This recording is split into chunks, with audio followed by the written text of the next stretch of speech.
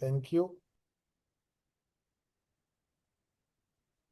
So these are the achievements of our institute in terms of training professionals in various subjects related to process excellence, quality management, TQM, Kaizen, Lean, and so on, and also related to various ISO standards, internal auditor training, lead auditor training, and now we are also delivering, as I told you, AI-driven solutions. Uh, Training also we are doing, and also practical projects in particularly in areas like fast foods, jewelry business, chemicals, drawing materials, defense, and many other applications. So you know that AI and Six Sigma can be used in every kind of business, and we keep getting requirements from clients for different kinds of implementations. And with that, we keep building up the different solutions. These are some of the AI solutions offered by us. So AI-enabled inspection, AI for financial services, AI for sales forecasting and inventory optimization, customer communication, CRM, cost reduction, productivity improvement, and so on. And our clients are today getting very much benefit by blending AI with Lean Six Sigma. So I am the founder director of this institute, and I've been traveling quite frequently to Middle East right from 2008. Probably my maximum visits have been to UAE and Saudi Arabia. And then, of course, the various other countries which I've shared with you. So there are various areas of training, consultancy. This entire list is shown here. I won't read it out. It's a long list. So these are our core experts in the operational excellence activity. Mr. Ibrahim, you see here, is based in UAE. The others are based in India. And these are our core experts for the AI implementation.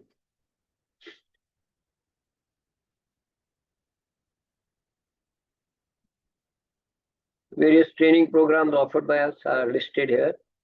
I am not reading the list. And these are our strategic partners with whom we have been doing the business in different parts of the world, including Mexico, Ireland, Saudi Arabia, Oman, Qatar, Kuwait, Bangladesh, Malaysia, and so on.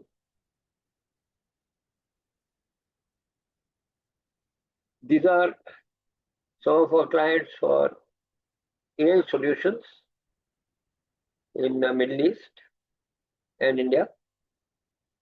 And these are our clients for operational excellence. In fact, I understand from Riaz that in this group, there are 5 participants from healthcare and another 5 from other businesses. So yes, we have done many applications of Lean Six Sigma in respect of healthcare, particularly with the hospitals in UAE and Saudi Arabia. And also the laboratories, the medical laboratories.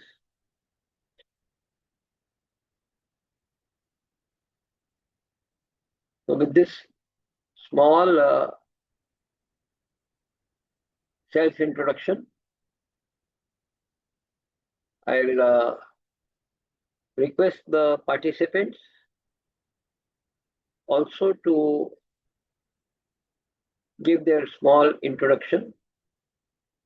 What we require from you is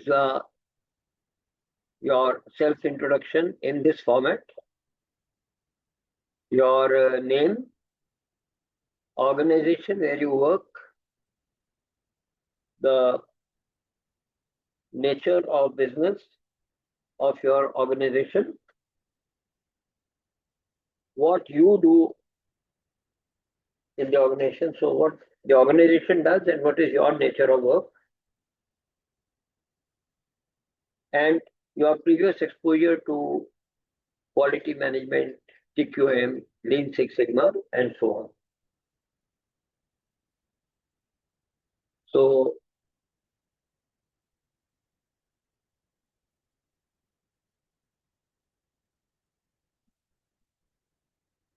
everybody can start.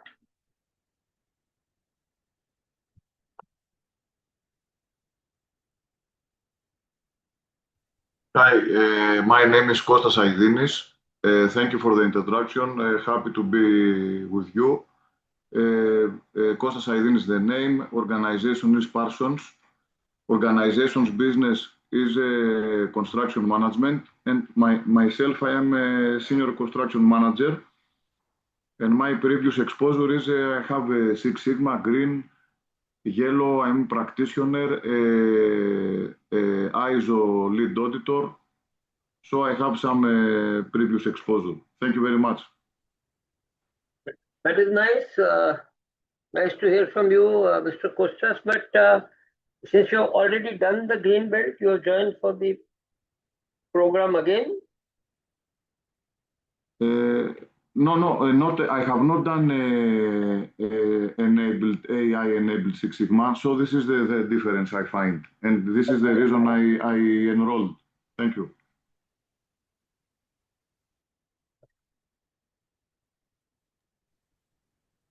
Right. Hi, good afternoon. This is Waji Shafiq. Basically I'm a civil engineer, and currently I am working in the Shade Corporation as a senior QA/QC manager. And the nature of our the company business domain is the EPC contractor, and they're working in the different sectors of the constructions. And previously, even current and previously, I'm just leading the quality management system. I do have the certification of the ISO lead auditor as well. So I registered myself for the Six Sigma to familiarize and get the good hands on this to improve the process. Thank you. Nice, Mr. Wajid. Thank you very much. This EPC you have been doing in what kind of domains? You said you have been involved in different domains. So some little more idea if you could give. Yes. I mean, domain mean this is a construction industry, but if I further categorize it, in the industrial and the hospitality. Okay. Does that also include responsibility for the project management in terms of the facility management and so on? Not really in the facility management. They are not, dealing.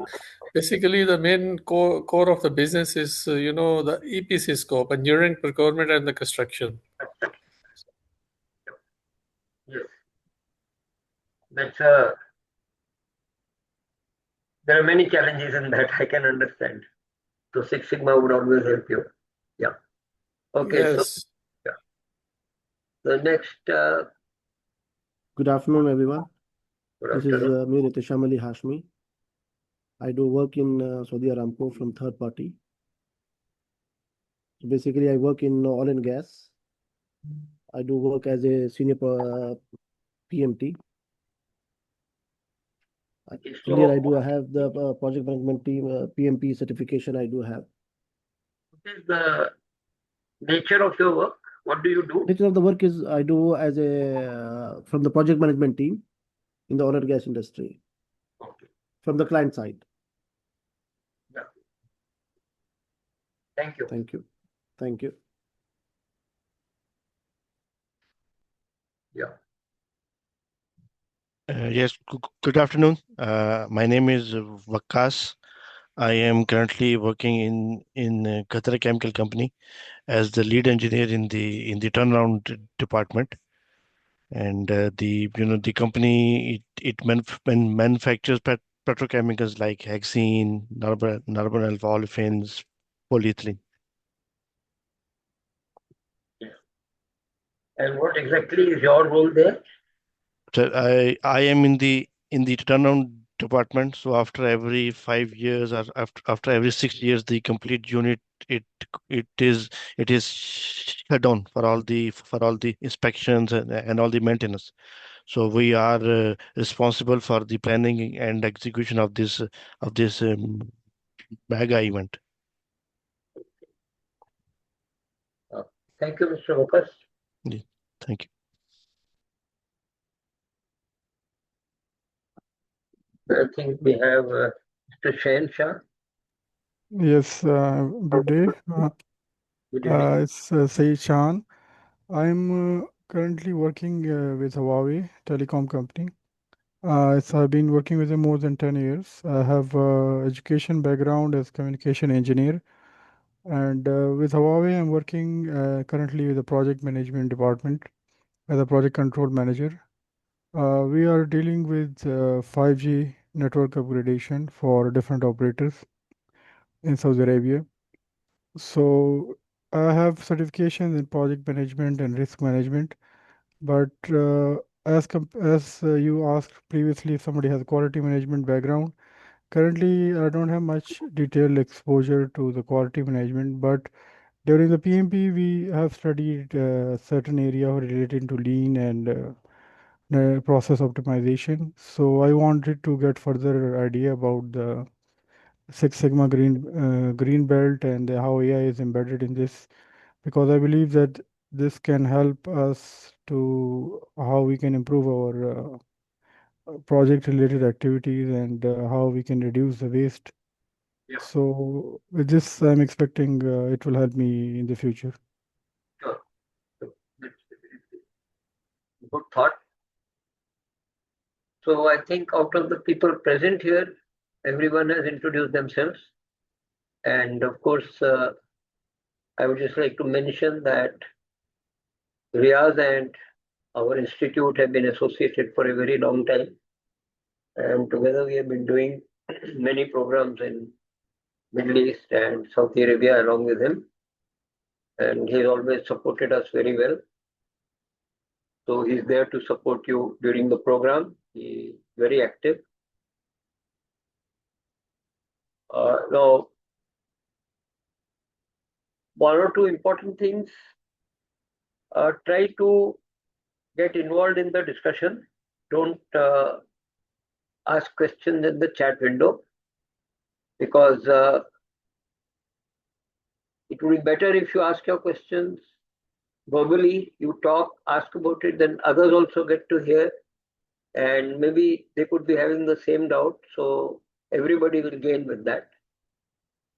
Also, it's good to be talking during the program because this is a virtual program, and it is necessary to know that yes, everyone is alert and actively involved. So sometimes even as trainers, we will deliberately ask you that, can you see the screen? Can you hear me? And so on. And I request that one of you should give a reply to confirm so that we know that everything is going well on the infrastructure side. So with this, we will go further.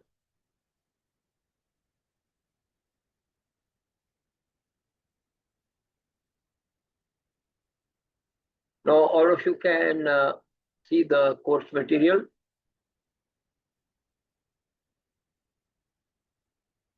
So this is AI-enabled Lean Six Sigma Green Belt certification.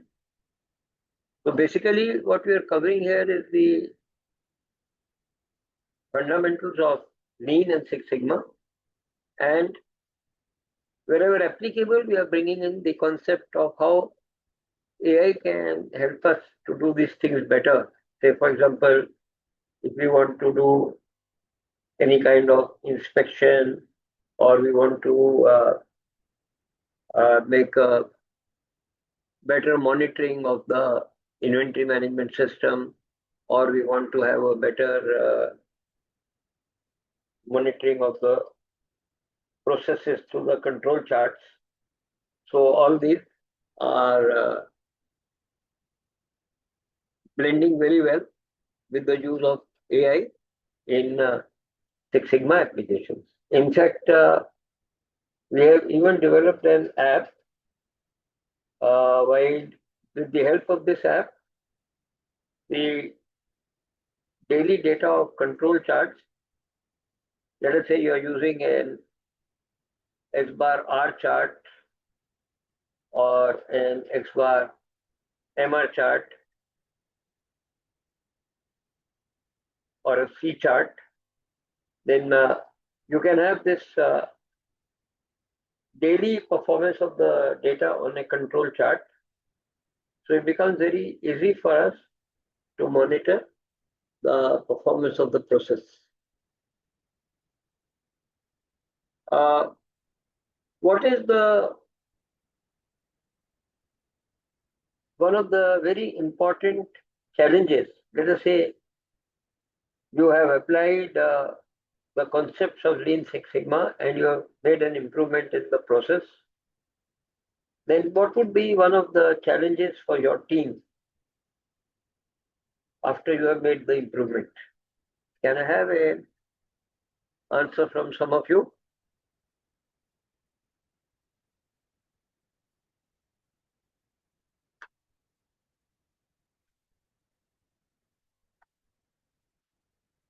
Excuse me, can you repeat, Costa speaking? Can you repeat the question, please?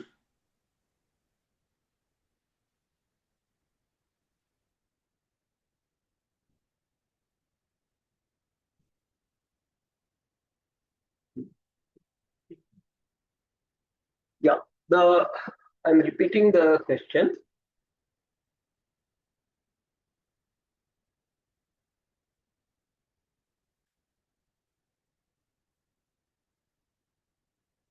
So the question is that when you make improvements in a process, you make changes, you improve a process, let us say using Kaizen or Lean or ISO 9000 or Six Sigma, any of these tools and techniques. What is the challenge with regard to the process performance after you have achieved the improvement? What is your experience? Yes, I think that is to maintain the implementation and respect the additions, the modification to the previous procedures. Very right, very right. Improving the process is one part. Sustaining the improvement, that is a very big challenge. And many times you will find that after having achieved the changes and the improvements, few months later, the team goes back to the old performance. So, which in Six Sigma language, we say it is back to zero. They've gone back to the level from where they started the improvement. So this is a very big challenge. And for this reason, the control phase after the improvement becomes very important. And if you want a data-based control, then use of control charts becomes very helpful. So usually this control chart requires certain effort to be maintained in terms of recording the data and making the chart every day. So for that, we have developed an app-based solution whereby people can monitor the control chart of their process on a mobile phone or on a laptop and ensure that the process improvement remains to be at a good level. This control chart Actually, I'm told by Riaz that some people from healthcare will be joining, specifically from Abbott. And even for the healthcare, these control charts are very, very important, not only from the people in the services and manufacturing business, but also people in the laboratories. For them also, the performance monitoring on the control chart plays a very important role.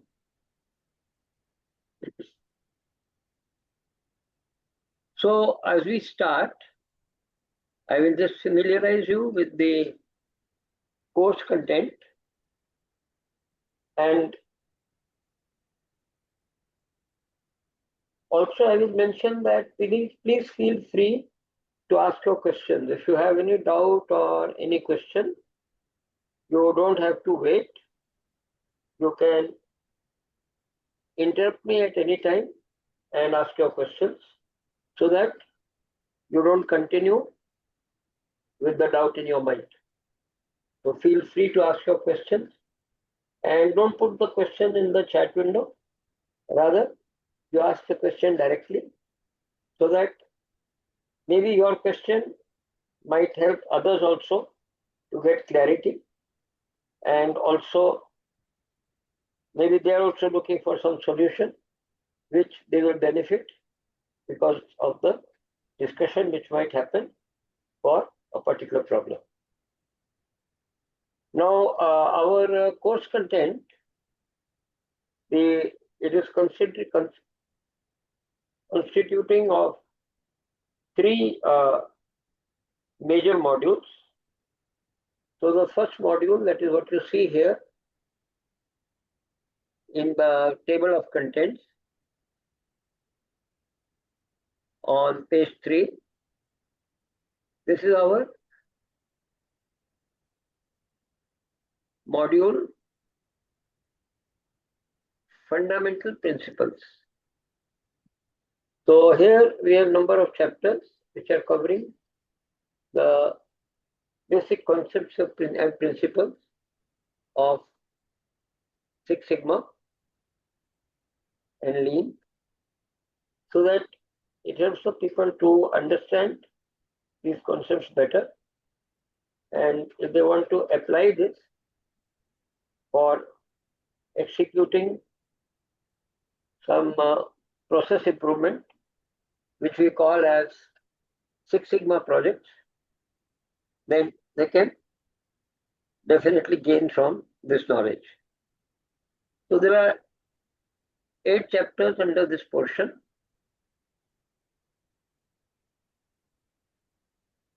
Then we have the second module, which is more related to the Six Sigma tools and methodologies. And this includes certain statistical tools and certain non-statistical tools, and also some other types of data analysis, because Six Sigma is basically a data-based approach. So we always study processes with the help of data, with an idea to study the data, understand the process, understand the root causes, and then improve the process. So just a quick question to everyone here. What is the difference between a symptom and a root cause?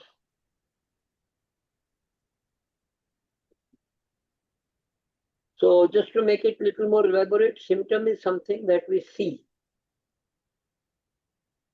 So what is the difference between a symptom and a root cause? If you could explain. May excuse me.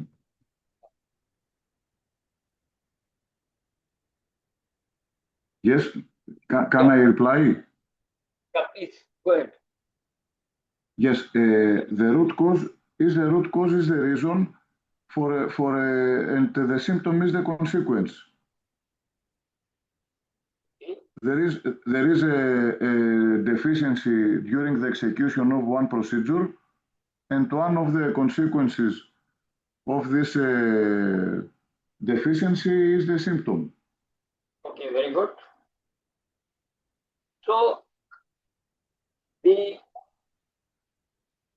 symptom is something which is visible outwardly, but unless we go deeper into the behavior of the process, what has caused that symptom, we will not be able to solve the problem effectively. So let us say a person visits a doctor and complains of headache. So headache is a symptom. Headache can be due to many causes. Can you try to list out what are the different types of causes for a headache? So I'm saying that headache is a symptom which can cause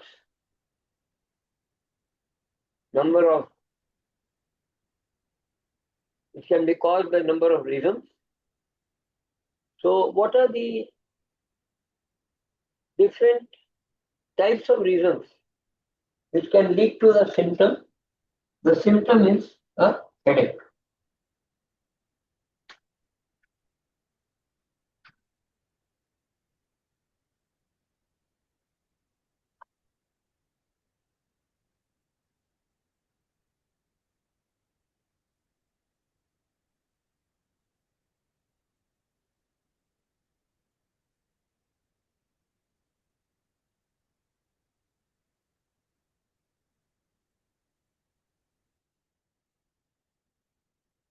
So the causes for a headache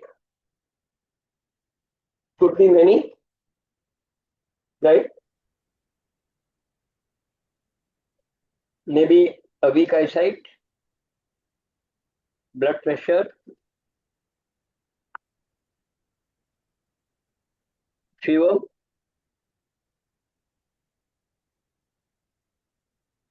stomach upset, weakness of eyes, sinus, migraine, and many others. So there can be many causes which can lead to the same symptom. The symptom is headache, but there are multiple root causes. So going into the root causes and diagnosing and finding the reasons for the root causes, that is the diagnosis. Just like a doctor will get the various tests done, diagnostic tests, to go to the root causes.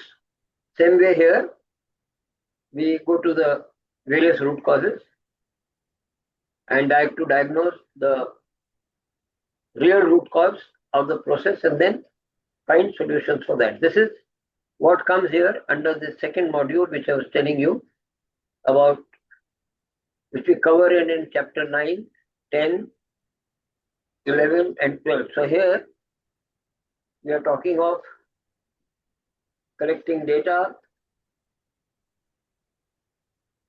studying the data, and analyzing the root causes, doing the diagnosis like a doctor to find the root causes to improve the process. So these root causes, many of these come under this category of what is called as 7 tools of quality. So we will talk about these Then we will talk about SPC, that is Statistical Process Control.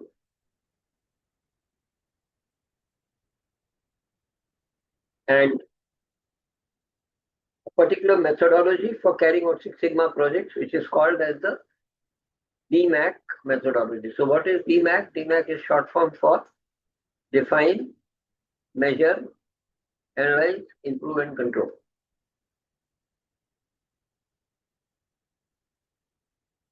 And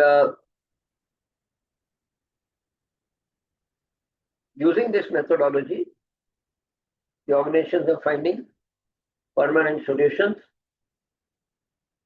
to improve the processes and remove the root causes. The section which you see here under section 13, this is FMEA, failure mode and effect analysis. This is again a technique which is used to do the risk assessment and risk reduction. When we are doing a process from the beginning, there's a risk that somewhere we can go wrong due to some inexperience or whatever. So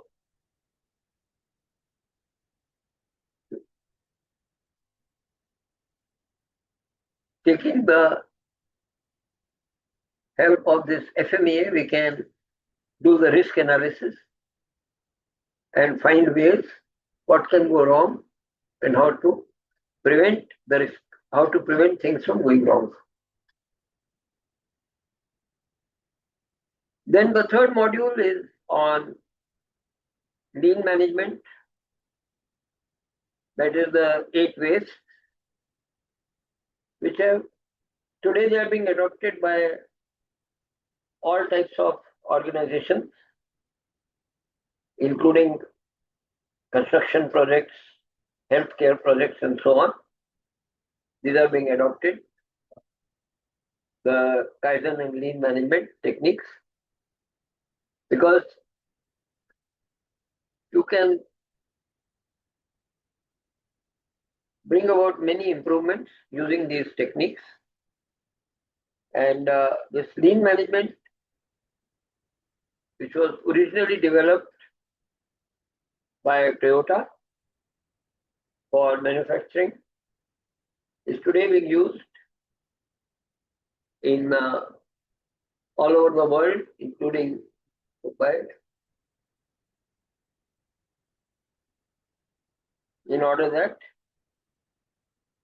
we can get better control of the processes.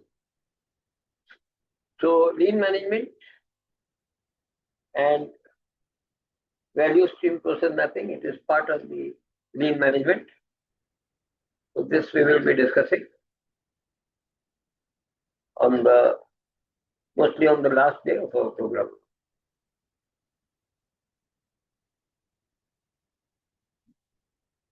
Then you have in the book one workbook section. This is on page 121.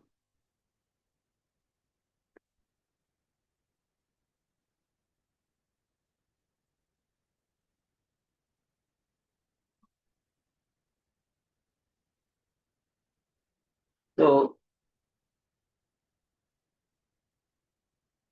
here, this is a workbook where we have many exercises which we will be doing during the program for better understanding of the concepts.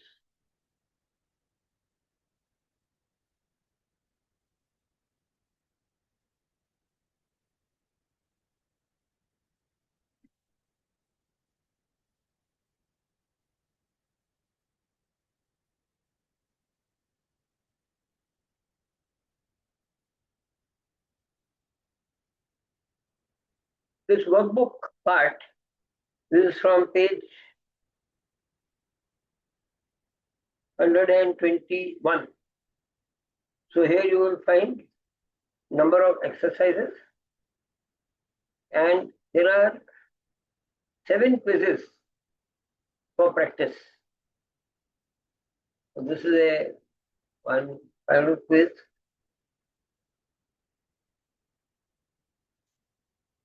And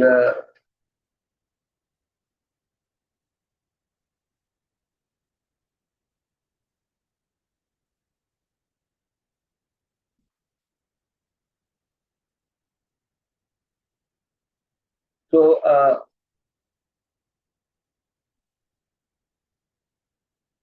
these additional quizzes will help you to understand the concepts and also prepare better for the examination, because at the end of this course, we also have an examination which helps us to be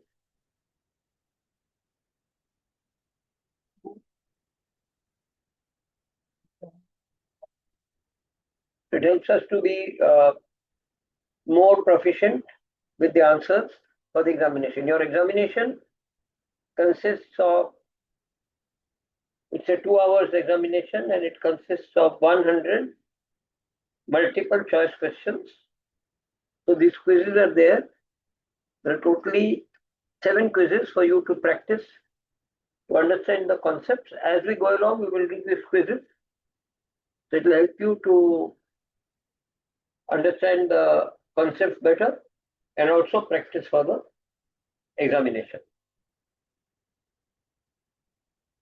Schedule for the examination will be shared by Riaz as the time goes along, and he will update you on the plan, how it is to be done.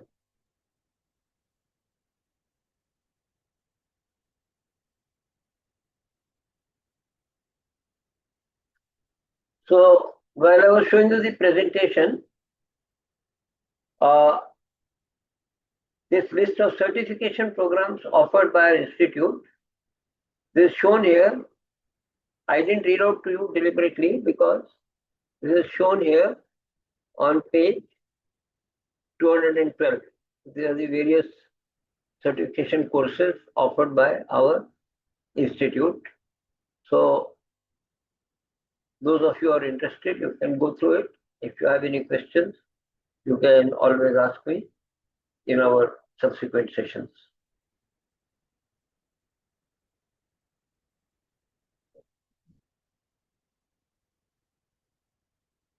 So now there are 2 terminologies. Here you will see Lean Six Sigma. So this is actually a combination of 2 concepts: Lean management and Six Sigma management. Lean management was developed by Toyota, and later on it became very common with the Japanese companies to use lean management, which gave them very good price advantage in competition to the other manufacturers and other service providers. So although lean management started as lean manufacturing, this was started by, as I told you, first company in the world was Toyota to do this. Why they had to think of something like lean manufacturing? Because at that point of time, Toyota was a small company, the only car manufacturer in Japan, They were buying their steel and other parts from Europe, manufacturing the cars, and the market for selling the cars was USA. So when they introduced the cars before 1950, Toyota was in the business of textile machines. So when they started manufacturing cars, initially they had to face a lot of difficulty for marketing the cars in USA, and the biggest market for car was USA.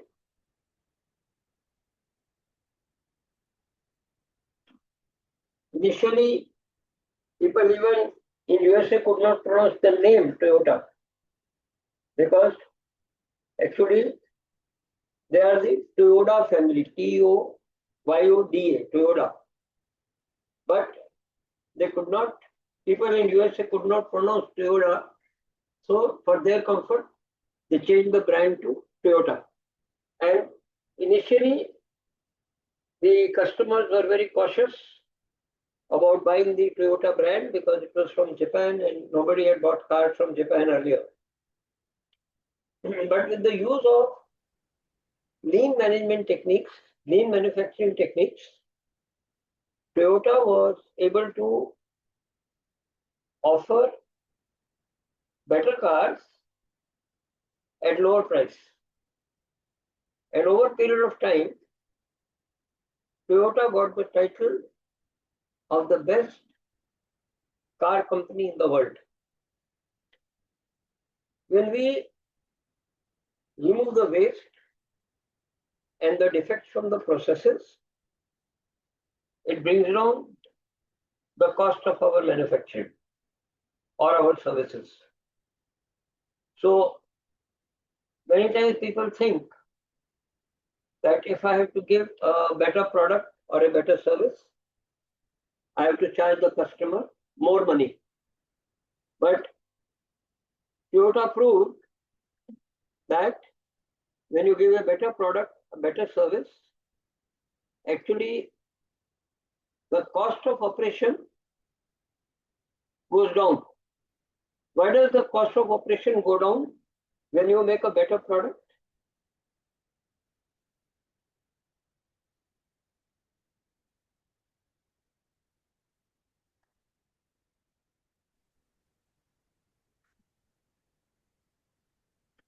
My question is, why does the cost of production go down when we make a better product? When our quality improves, the rework cost goes down, the cost of scrap and wastage goes down, and actually we can offer a better product at a lower price. So this is what helped Toyota to get the title of best car company in the world in 1990. In the same century, Ford, General Motors, Chrysler, these are three big giants in the automobile industry in USA, and they were in the manufacturing of cars since 1902. But these companies, all these three companies, went into bankruptcy 3 times in the 20th century. On the other hand, Toyota, they also had challenges. They also faced difficulties, but they never faced a situation of bankruptcy in their business. So initially, of course, Toyota relied mostly on lean manufacturing, whereas here we are talking of Lean Six Sigma. So what is the difference? So Six Sigma is derived from TQM. So many of you are familiar with TQM, and I know that even in Middle East you have courses on total quality management. So TQM is a subject in Middle East, yeah. And what was developed as Six Sigma has actually grown out of TQM. What is the full form of TQM?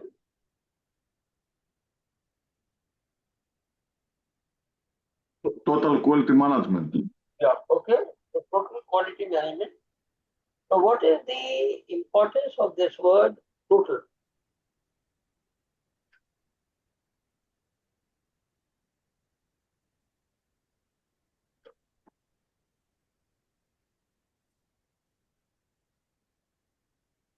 Total means covering all departments and all parts of the organization. Basically, the concept of total management is that every employee in the organization contributes to improving the quality.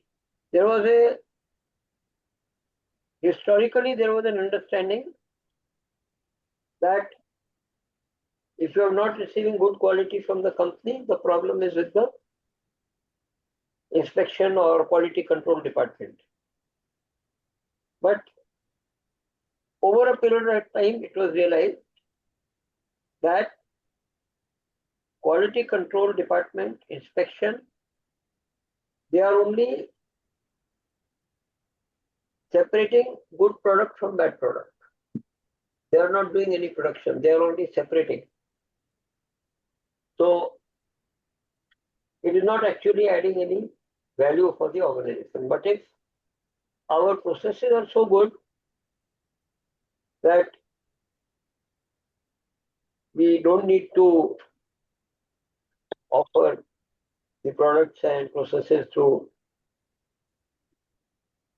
different approaches, we can ensure that through the total quality management and Six Sigma, we can give very good quality.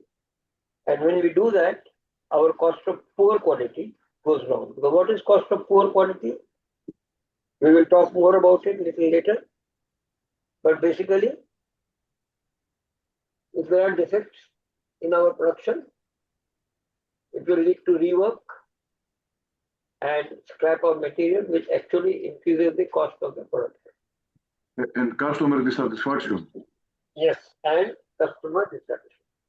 What is the So, for example, you have talked about construction projects, and I think you would know very well that in construction project, if something goes wrong, it can become quite expensive to do the rework, and sometimes rework might not even be effective or possible. So that is why we have to use techniques whereby we don't need to have rework, we don't need to have rejection.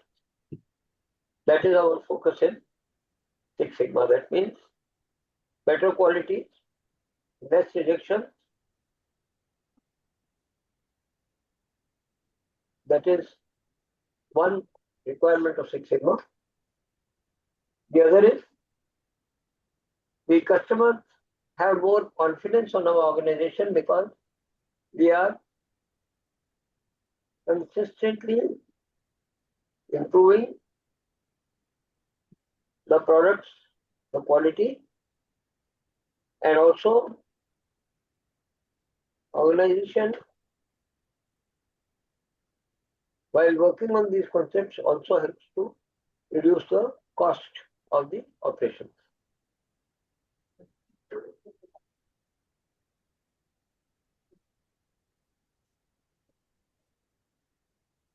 So Six Sigma was started first in USA by Motorola.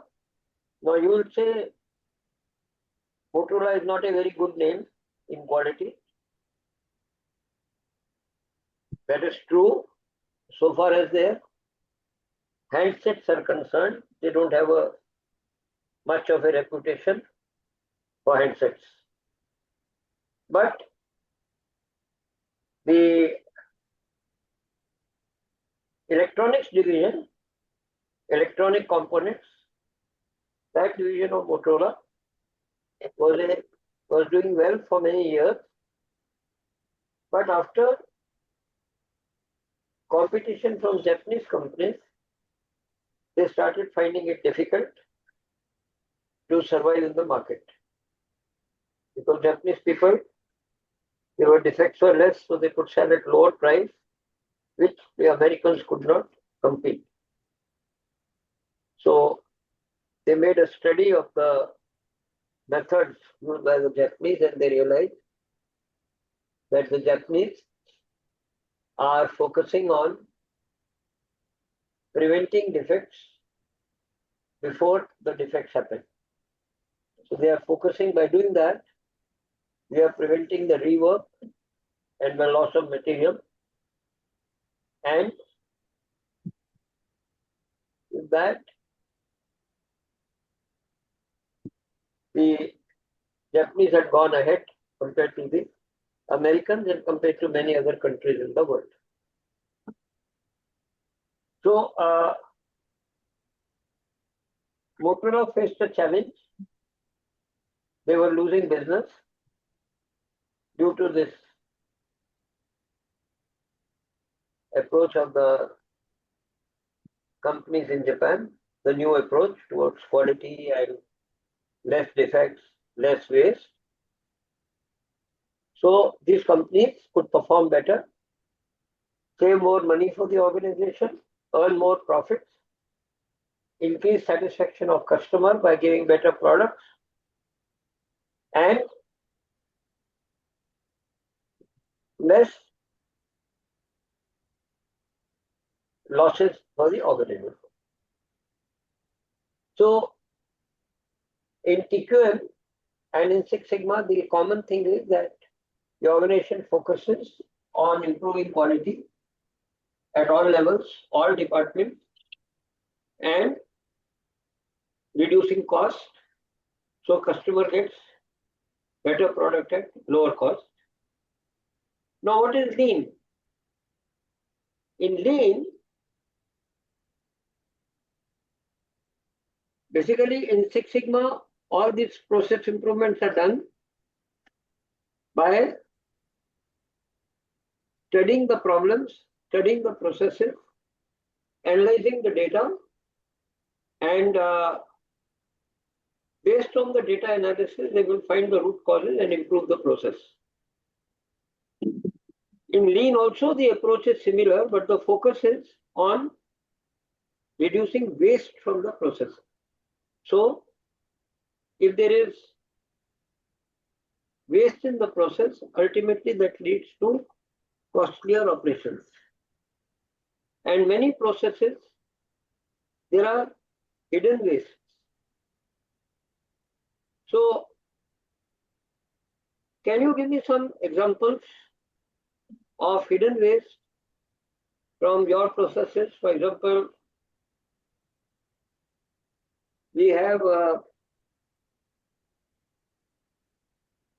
Mr. Kostas, he talked about construction management. Also, Mr. Wajid talked about EPC, that is also related to construction. And all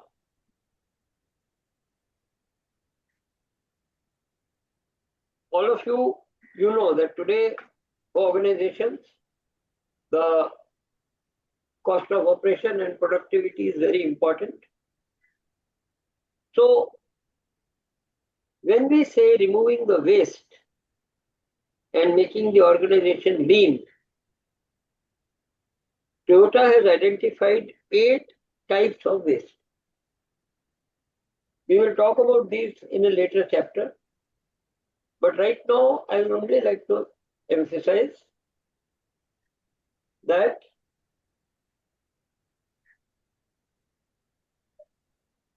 lean means anything, any process which does not add value for the customer. So any activity we are doing, but it is not giving any product benefit or service benefit to the customer, it's not leading to any savings. So we say it doesn't add value for the customer. That is a waste. So in lean, we define what is waste. Waste is anything that does not add value for the customer. Now, one of the most important waste in lean is the waste of waiting.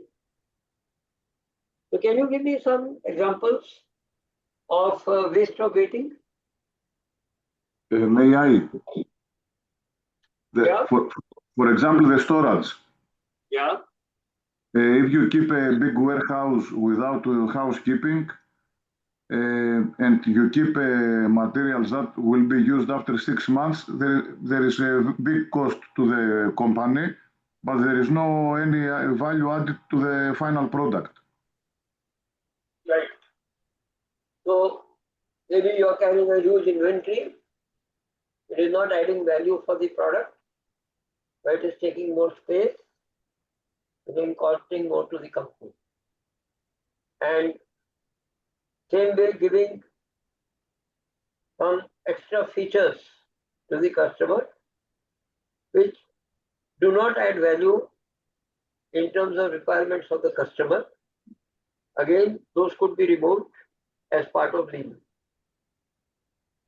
So anything which does not add value to the process, which includes, as I said, a very big waste is waste of waiting.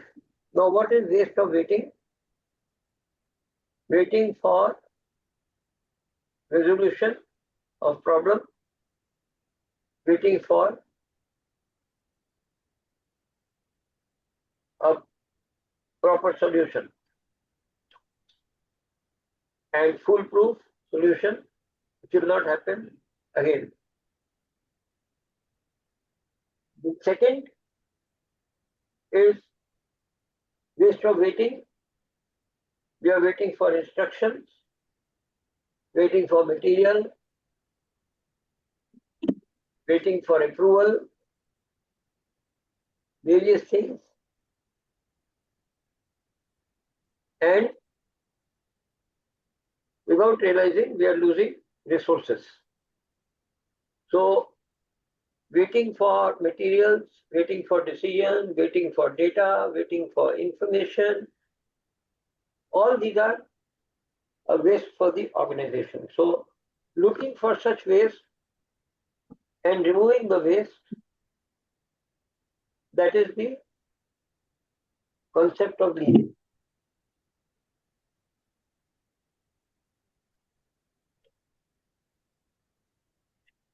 So the focus of lean, when we say deliver value to customer, they define value as QCD to the customer. What is QCD? A good quality at a reasonable cost and delivery on time.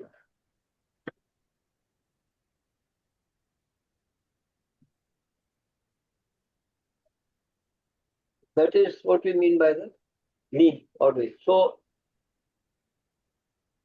the focus of lean, as you will see here, is to remove the waste, increase the speed,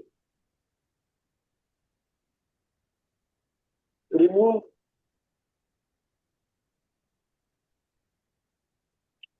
unnecessary steps in the process. We call those as non-value added steps, so that you can give a more efficient and more effective process to the customer. So lean helps us to reduce the waste waste of time, waste of material, waste of man hours, waste of machine hours, and save money for the organization and also give a better product to the customer at a lower cost. Six Sigma helps the organization to reduce defects, improve accuracy, reduce rejections. So nowadays, organizations have realized that it is more useful to combine the techniques of Lean and Six Sigma. So that is called as Lean Six Sigma. So Lean Six Sigma is what we are talking of in this program here, which is a combination of Lean, that is reducing the waste, and Six Sigma, which is reducing the defects and variation in the process. If you see the top 82% of the Fortune 100 companies, you will see 82% of these are depending on Six Sigma for achieving higher performance.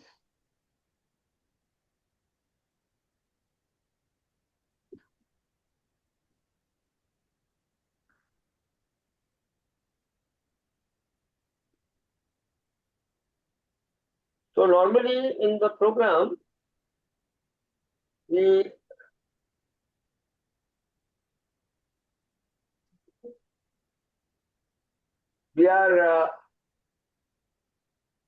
have the breaks for prayer, and so one break I have been told by Riaz will be around 4 p.m. I think it's time for that now. Is that right? Yes, yes. Yeah. And the other is at 9 p.m. Sorry, 7 p.m. So we can take this first break for 15 minutes. Then we'll continue. So now it is 4:10 to 4:25. We will restart.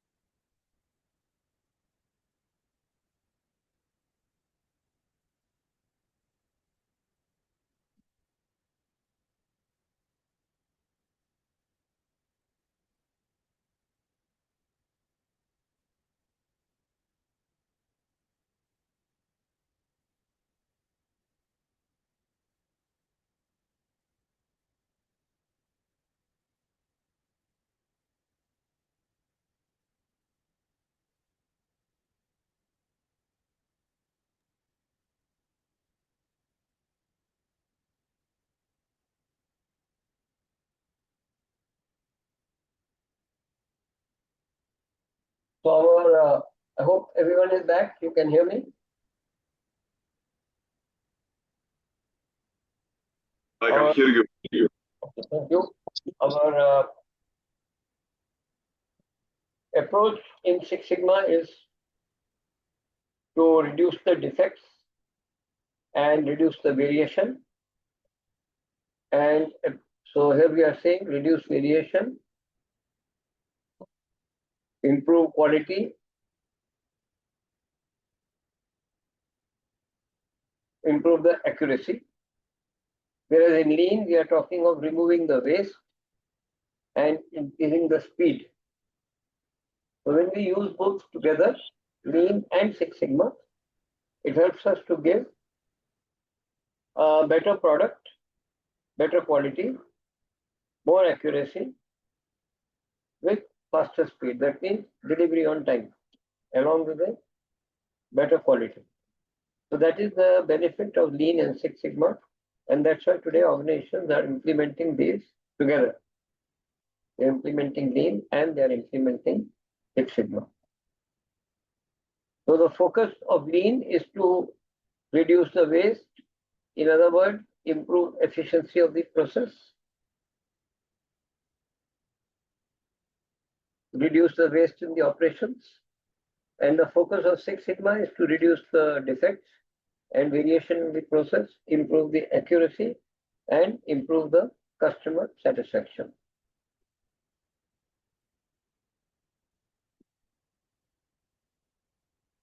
So how do we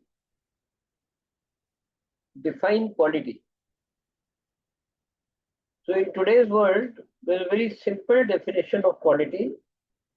That way there are many definitions, but we are talking of definition of quality as quality is customer satisfaction. It means if we fulfill the needs of the customer, and what are these needs? There are three types of needs. Stated needs. Stated needs is what the customer mentions, he asks. Unstated needs, which customer does not ask, but these are understood. And exciters or delighters, which excite the customer, which gives the customer extra satisfaction, more delight, more happiness. But there's a certain concept which applies to these three types of needs. So these are explained in a graph, which is shown here. It is called as Kano model. So Kano is the name of a professor and who developed this model to understand needs of the customer, and he has put it in the form of a graph. So if you will see this graph here,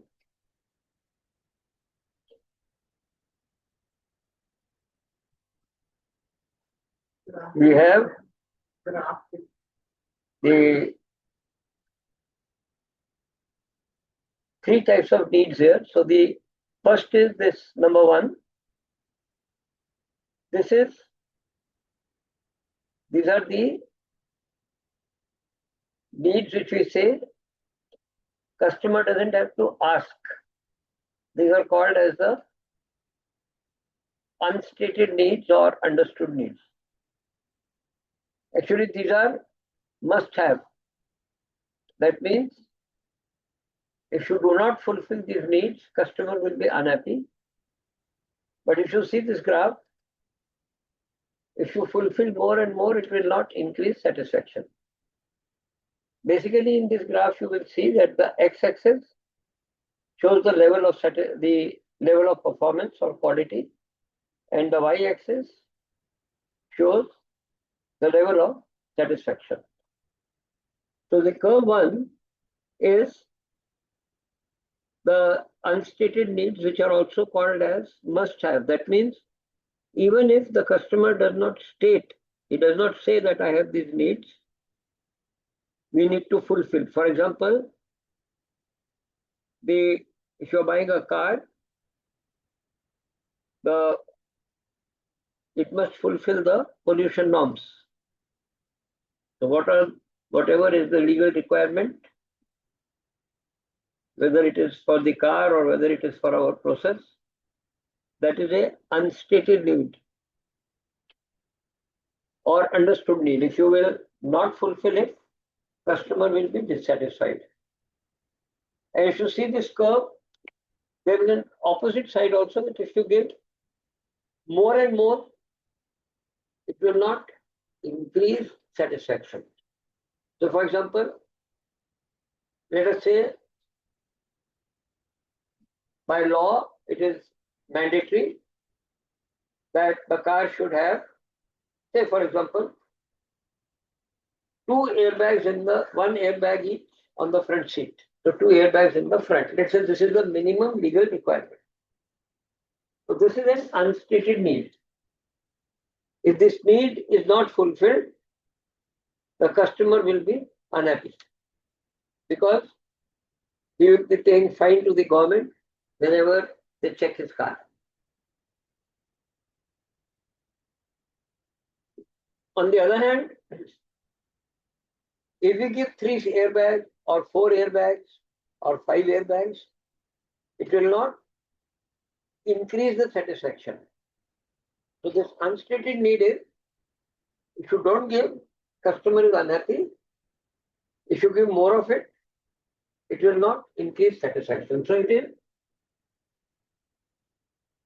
good to have, it is must have, which needs to be fulfilled, but you don't have to give more and more of it because it will not increase the satisfaction. It's a minimum requirement of the customer. The stated need, as you will see, that is the curve number 2. That is a straight line. What does it mean? As we improve the quality or we improve the performance, the satisfaction of the customer will go on increasing. So, for example, fuel consumption, so kilometer per liter.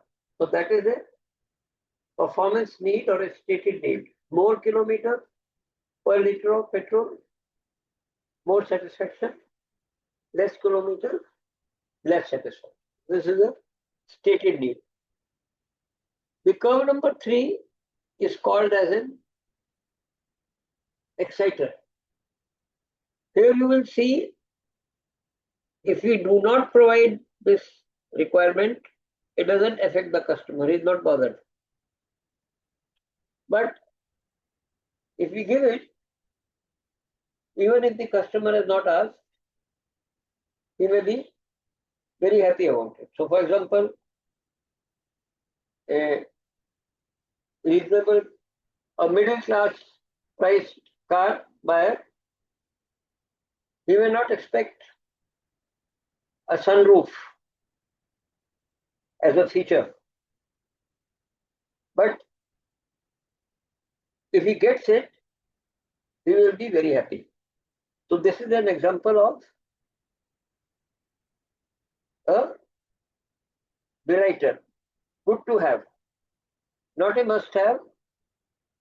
Satisfaction doesn't depend on this, but if you give, it leads to more satisfaction. It leads to delight. So this is called as an exciter or a delighter. So these are the 3 types of needs which we need to understand for the customer and fulfill these. Out of these, of course, unstated is, as I said, if you don't give, customer will be unhappy. It has to be provided. That is the minimum requirements, which could be legal or other requirements. Stated, the more you give, the more the customer is satisfied. Exciter, if you don't give, for example, car doesn't have a sunroof, customer may not be bothered, but if he gets it, it is an excitement for him. So this is how we divide the needs of the customer. Now, out of these, let us say if we have to make sure that our customers are satisfied with our products and services, where will we focus? Will we focus on fulfilling the unstated needs? We will focus on fulfilling the stated needs or on fulfilling the exciters. What do you feel?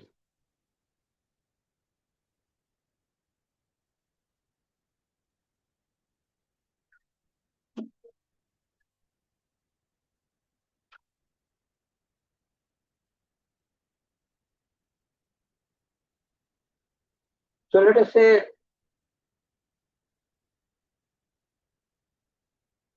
it is two of you here are from the business of construction project.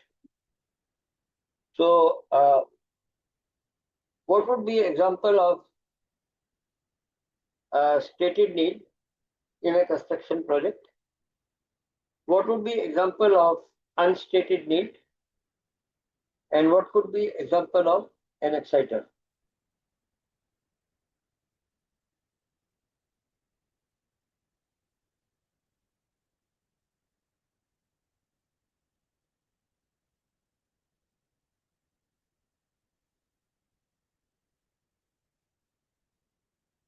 So the dimensional accuracy of the drawings. You don't have errors in the drawings. This will be what? Stated need, unstated need, or exciter? Unstated need. Yeah, it is an unstated need. That means accuracy of the drawings is an understood need. It's an unstated need.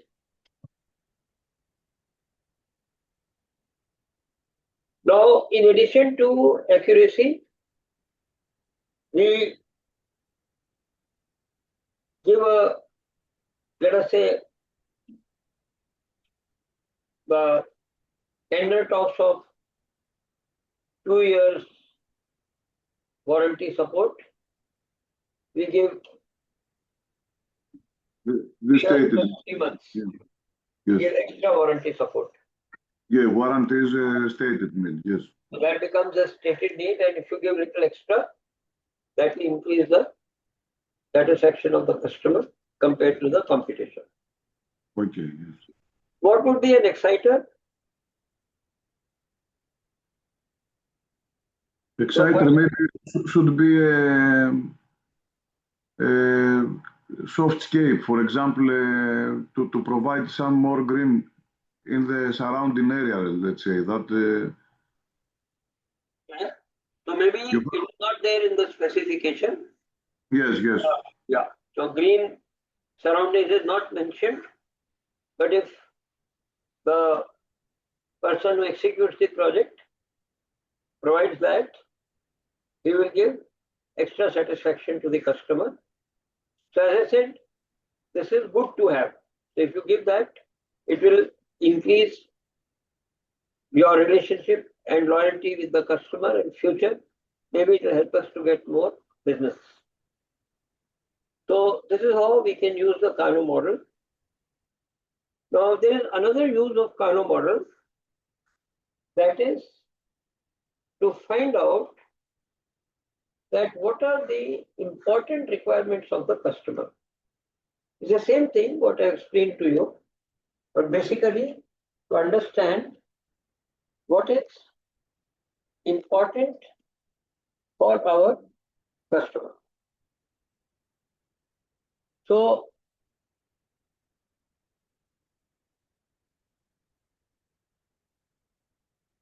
here on page 11, we have an exercise. Consider any process of your organization whose output goes to the external customer. So whatever product or services you are providing to an external customer, And in this, whenever we talk of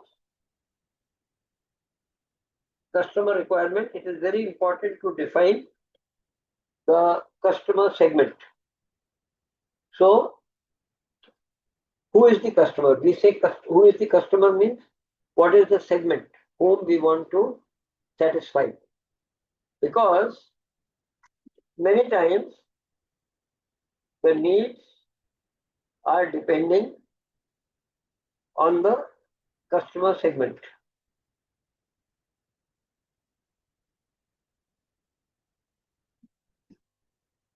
Riaz has shared with you one set of Excel exercises. So here I am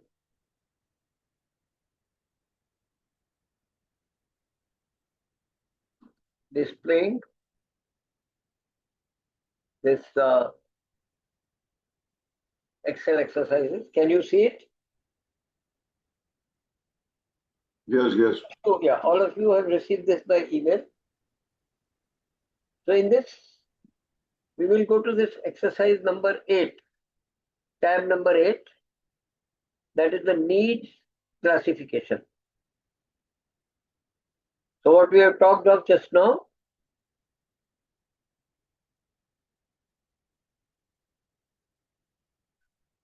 the stated needs, unstated or understood needs, and exciters.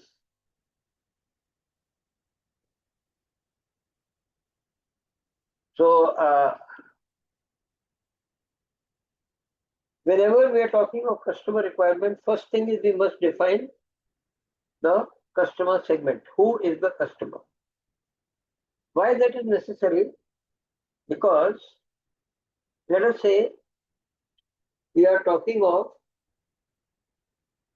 what does the customer want when he is buying a mobile handset. So you will see that for different segments, the needs will be different. For example, if the customer is an old person, maybe he is not interested in too much of internet and games, but he is interested in fonts that he can read easily, and he can use the product easily, what we say, user friendly. That would be more important for him. So easy to recognize the font, easy to use the phone. That could be requirement of such a customer. On the other hand, if you are talking of requirement of a teenager, the requirement can be quite different. So teenager may be more interested in gaming, and according to the gaming, we may want faster speed,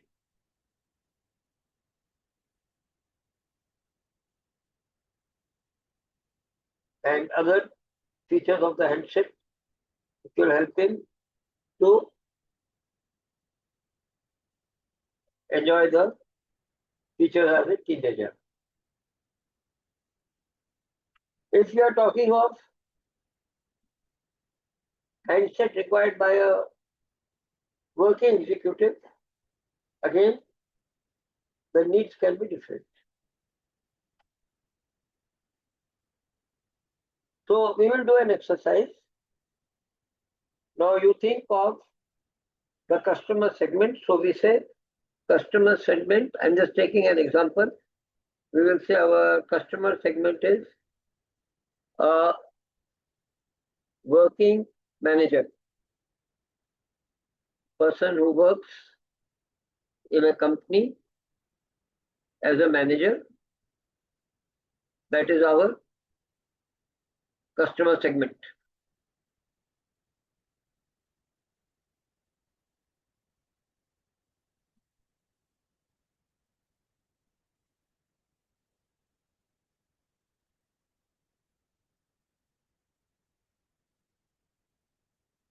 What is the product? Product is, let's say he's buying a handset.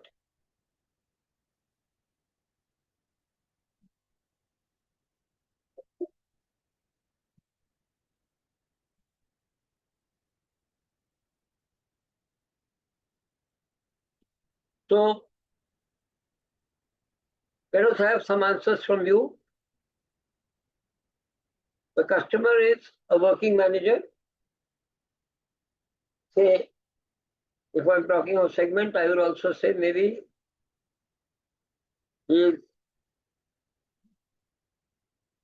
say, around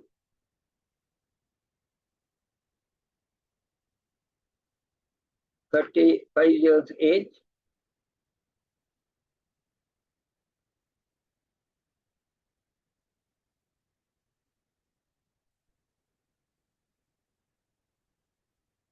Product is handset. Now, what are the requirements of this working manager regarding the handset? So, I'll give you few minutes to make a list of what are the needs of this person, 35-year-old working manager, when he buys a handset. So you have to make this list, and then we will also like to see that is it a stated need, an unstated need, or an exciter with regard to this customer.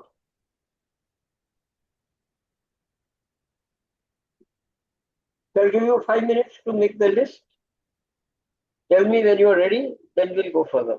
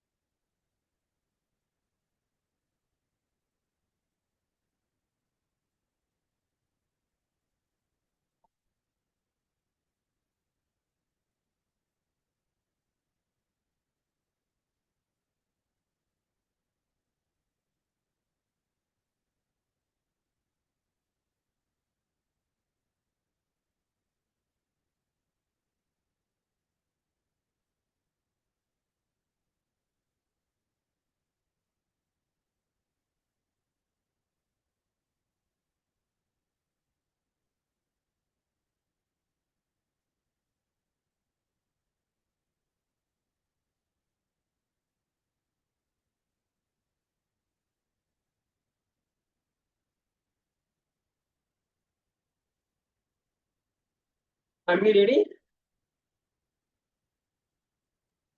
Yes. Okay, so let's take the Yes, sir. example. Yeah. So we are saying this is a customer, a 35-year-old working manager buying a handset. So while choosing the handset, what would be his stated needs as per the Kano model? That is basically what he actually requires, the specifications. Unstated or understood is minimum requirement. If he doesn't have, he's unhappy. If he gets, he's satisfied. It is a must have. And exciter is opposite. That is good to have. If it's not there, it will not matter. But if he gets, he's happy. So what would be examples of stated needs? The processing power, the processor, for example. Okay, but processor. Okay. So what- Screen. Yeah. Yes. What about the processor? What kind of processor mean to say? The Yes, speed yes. of, yeah, processor speed. Yes.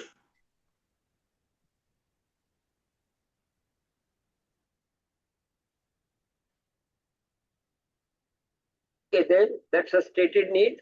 Then screen you said. Yes, screen, yes. So screen size.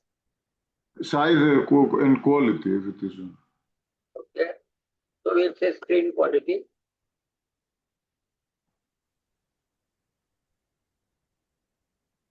Okay.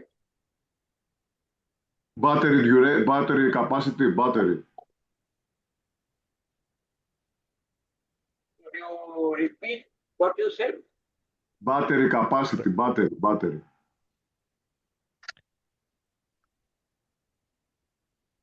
The battery capacity, the capacity of the battery of the phone. What of the phone? Sir, battery, you know, the charging capacity, how long the phone will last. So you're talking about the Will say- backup time. The backup time. Yes, yes, sir. So where will you take it? Stated need or unstated need or exciter? The battery should be a stated need, no? The phone should last long. Yeah, the phone should last long without need to do repeating charging. Wait, so long backup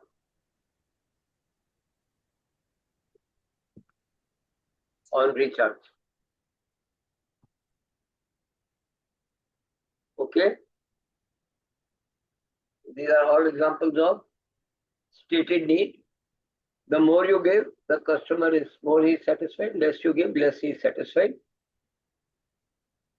Then any other stated need?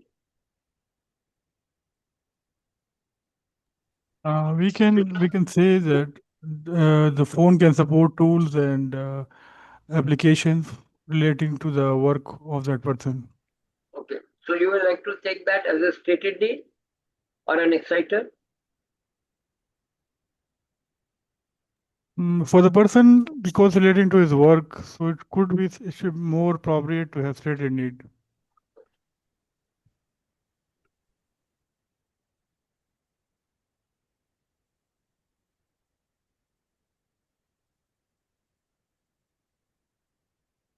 Okay.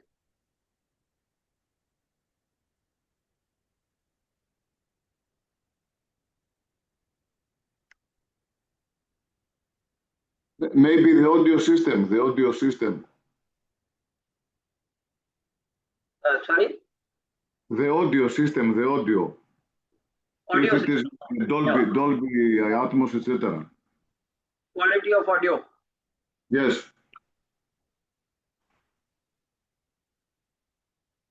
Okay.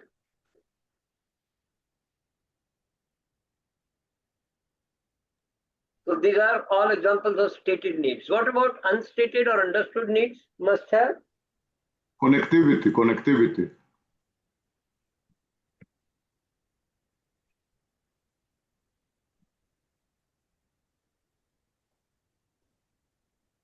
When you say connectivity, you're talking of 5G compatible? 5G, yes.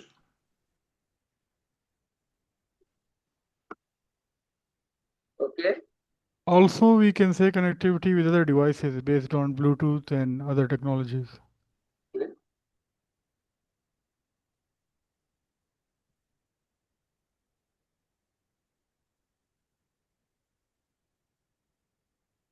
Right.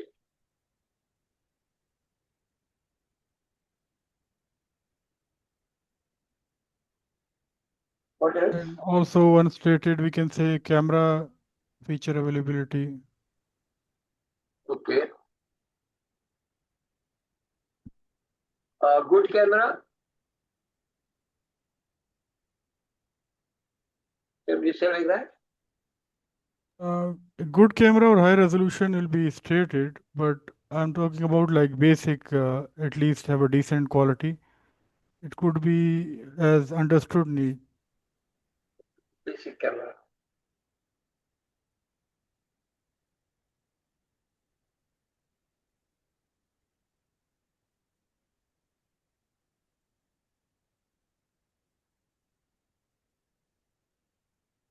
Okay.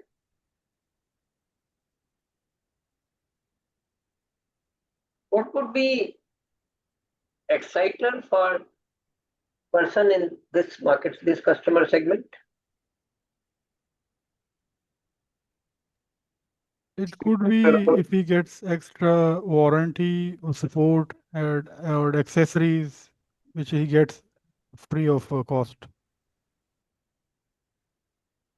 Yes, if in addition, if there are some features with software, built-in software that can facilitate his multitasking, etc. Accessories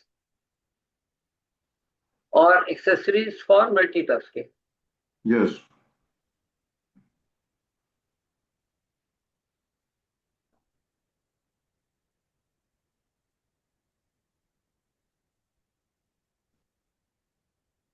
So here we have listed number of requirements of the customer, and now there is a concept which I'm sure all of you would be knowing, especially those of you who are in project management. You would be familiar with the 80-20 rule. So what is the 80-20 rule?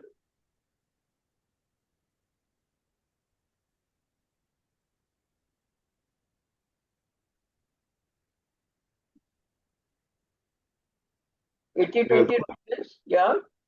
I think that 2080 rule is that maybe 20 deficiencies cause 90% of the, excuse me, 20 reasons are causing 80% of the deficiencies total. It can be used both ways. It can be that, let us say, Or, the yes, or 20 features can meet 80% of the expectations, for example. yeah. So let us say out of 10 features, 3 features fulfill 80% of the requirement. Yes, yes. So we say that to achieve 80% satisfaction, we have to focus on 3 features. We also call those as vital few. Vital means important, few in number. So sometimes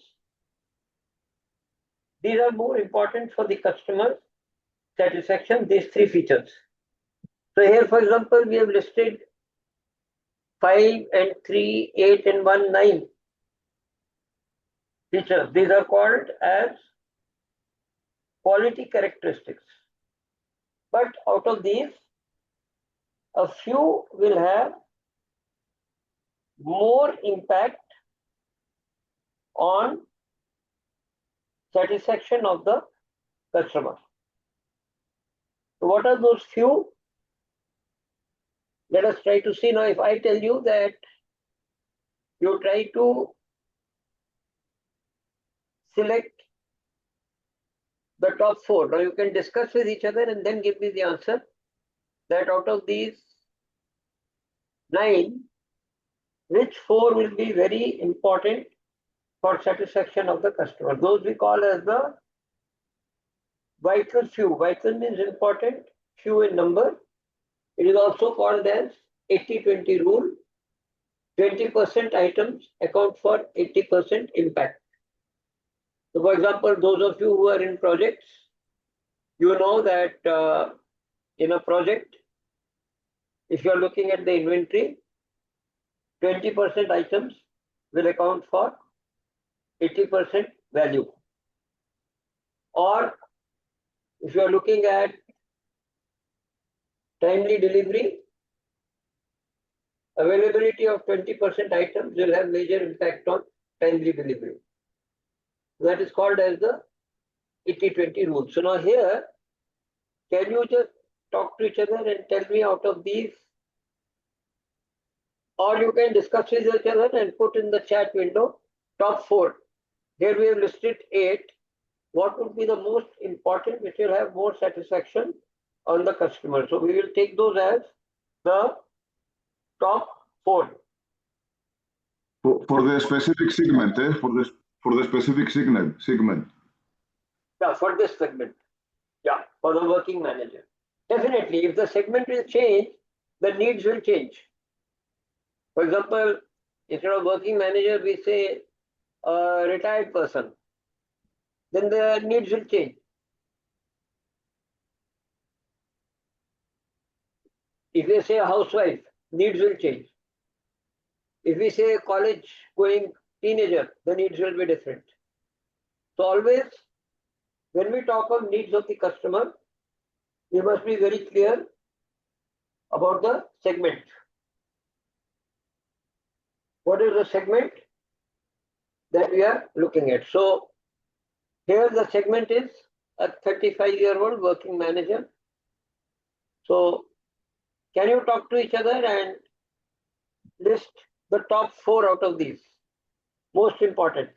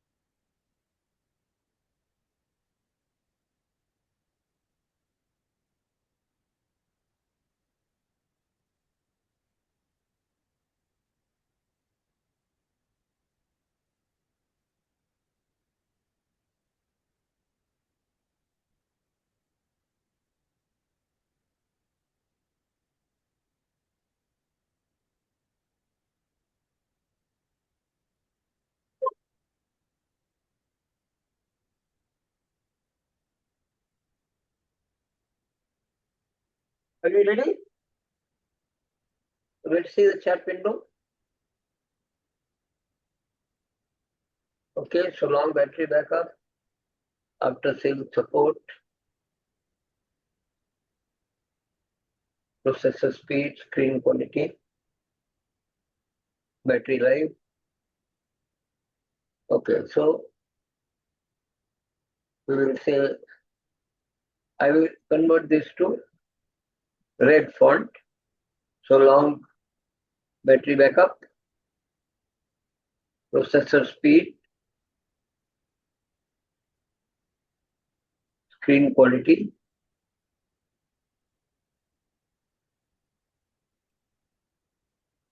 After sales support we have not taken, but yes, that could be. After sales support will be what type of need?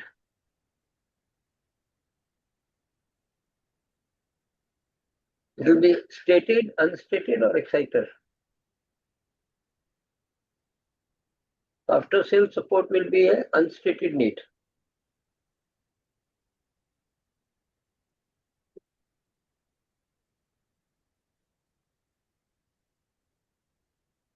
This will become an unstated need of your customer.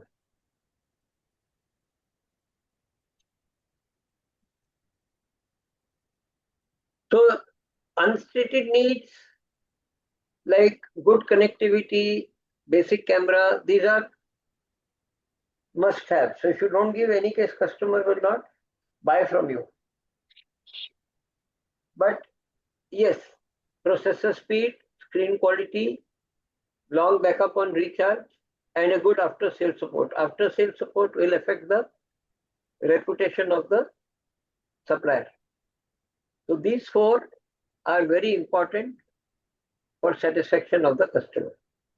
So these we call as, if you see here on the top, we call these as, whatever we have listed, these features, they are called as quality characteristics.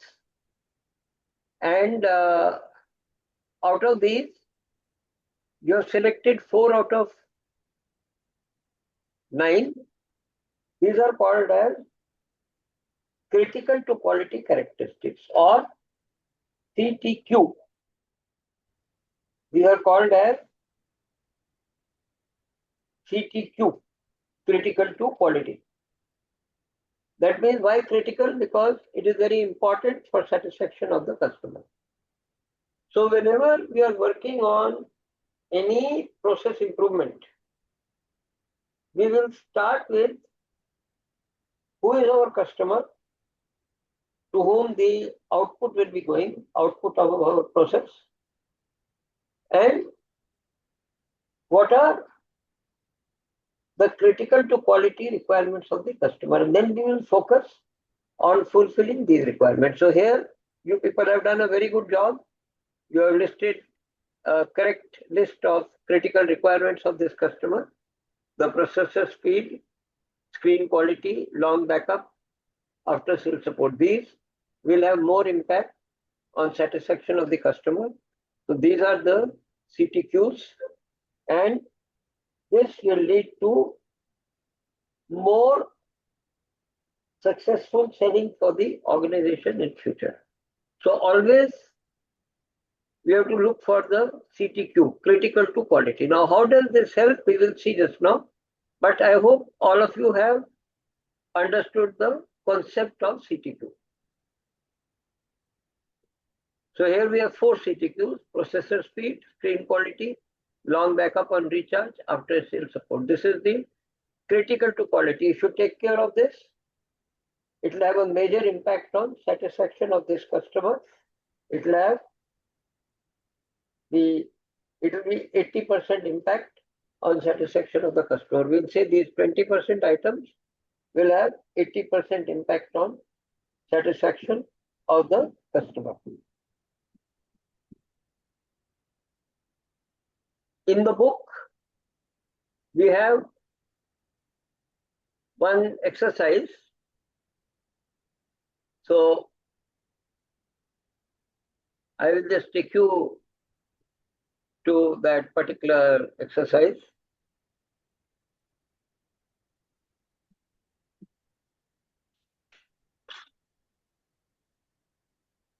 Please go to page 132.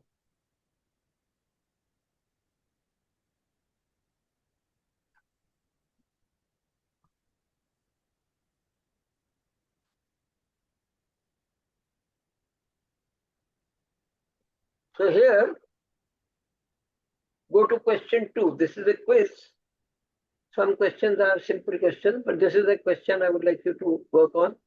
List 3 CTQ characteristics for McDonald's restaurant separately for each of the following segment. As you have seen, with the age, with the segment, the CTQ will change. So here we have taken 3 segments: housewife, working executive, and teenager. So you can select anyone, each one of you, and put in the chat window 3 CTQs for any one category.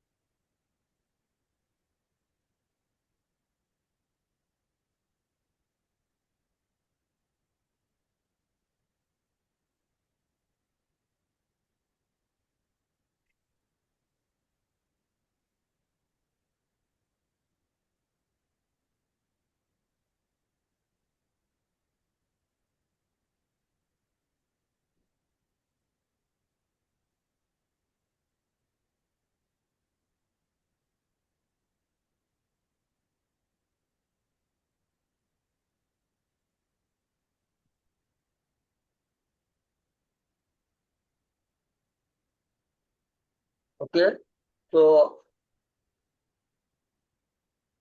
Mr. Ali Hashmi has said, for housewives, children playing area, baby chairs, quick service like delivery, right? Very good. So this is critical to quality for the housewives. So that is the CTQ, right? Absolutely right. Perfect. More examples from others.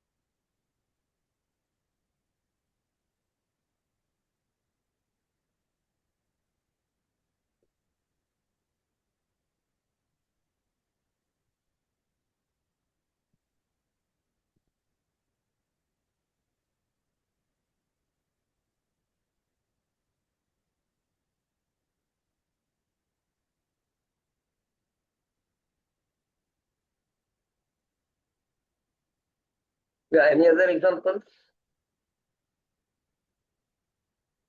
Okay, so working executives, speed, environment, nearness to office, right? Teenagers, environment, free Wi-Fi, modern menu. Right, very good. So what does this show to us?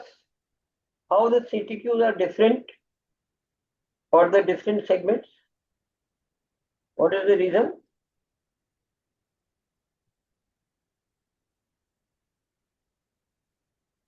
The reason is the interest, the satisfaction, the CTQs. So the CTQs can be different as per their stated needs, unstated needs, and etc. So it is very important for us to know what is the segment, who is the customer, because CTQ is, how we have defined CTQ? We said CTQ is important for satisfaction of customer, critical to quality. So CTQ, if it is not satisfied, means customer is not satisfied.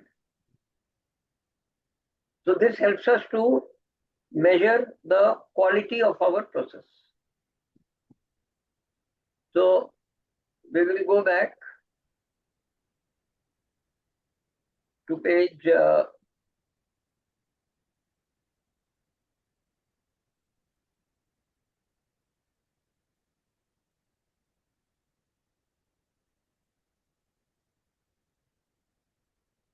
okay, so Shansha has written housewives, bigger meal combos, children play area, cleaner, bigger seating, right?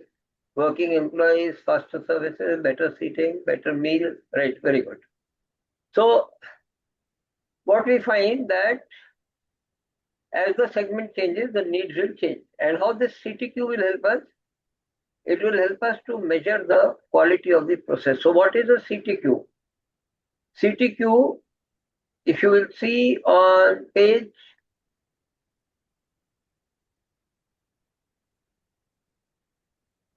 13, if you see on page 13,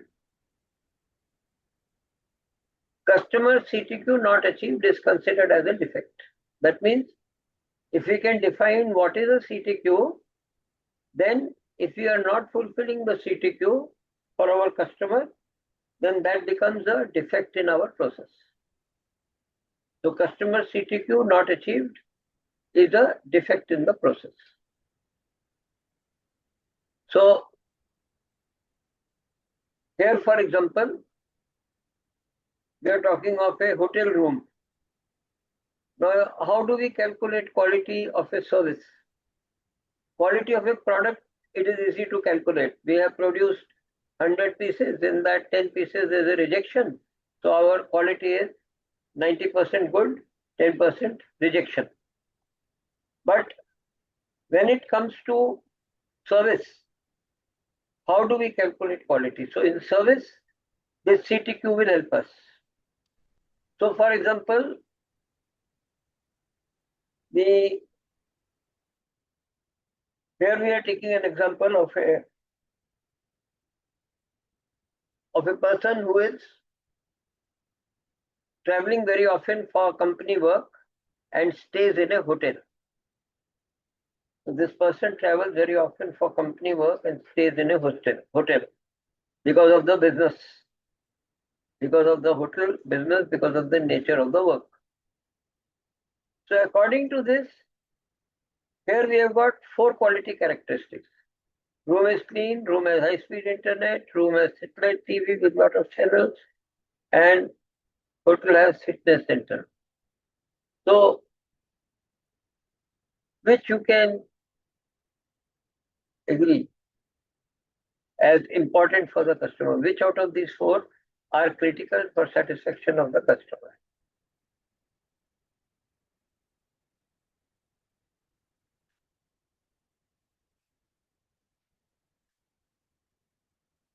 Out of these 4, room is clean, he is traveling, this is a person traveling for work and he stays in the hotel. So which out of these are critical for his satisfaction? Room is clean, room has high-speed internet, room has satellite TV with a lot of channels, hotel has fitness centers, and he's doing this. This is depending on the segment. Yeah, so we have talked of the segment. We have defined the segment. We have said he's traveling for business. I can have another segment. I can say person traveling on a holiday with the family. That will be another segment. But right now the segment I am talking of is the person who is traveling for business.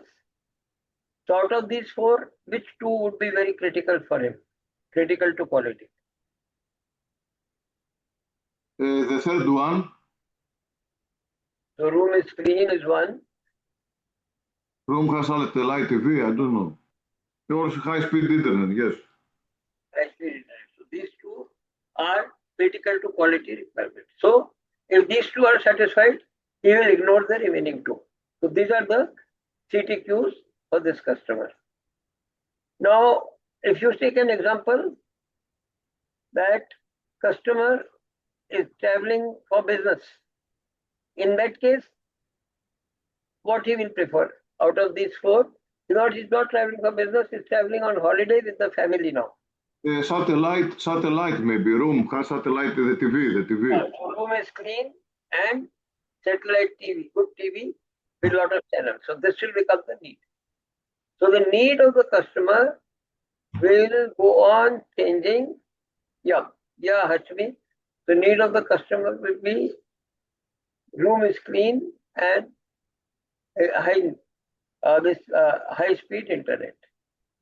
That is, if he's on business, if he's on holiday, room is clean and room has lot of satellite channels for which he is more satisfied. So now this will help us to calculate the level of satisfaction of the customer. For example, in a month, we have taken feedback of 1,000 customers who stayed in the hotel. And let us say they were business people. So we find that 15% have complained that room is not clean. And we also find that 20% have claimed that the internet is not good. So this becomes our measurement of quality. So by defining CTQ, it becomes possible to calculate quality and measure the quality. What is CTQ? So that is what we are saying in the next sentence. Customer CTQ not achieved is considered as a defect. So customer is saying, my CTQ is a clean room, my CTQ is fast internet. And when we see the data, we find that 20% customers have complained about internet, our room is not clean, and 24% have complained that the internet is slow.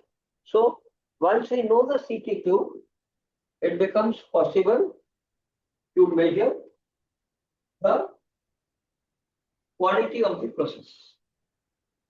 That is why we are talking of this concept of CTQ, critical to quality.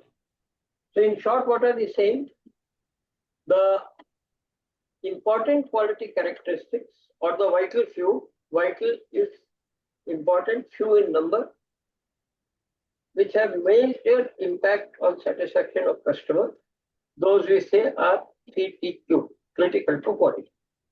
And here we have taken an example of person using hotel for business or using hotels for the holiday, and accordingly the CTQ will change. Now, why it is necessary to measure quality? Not only for product, but for service. Particularly in any organization, every department, as per TQM and Six Sigma, every department must achieve quality. How do we measure the quality? So for that, we will use the CTQ, critical to quality. So let us say you are all users of the services from HR department. So what is your requirement as a customer regarding requirement of recruitment? What is your CTQ? Is timely recruitment a CTQ? Fast recruitment, is that a critical to quality for you as a manager?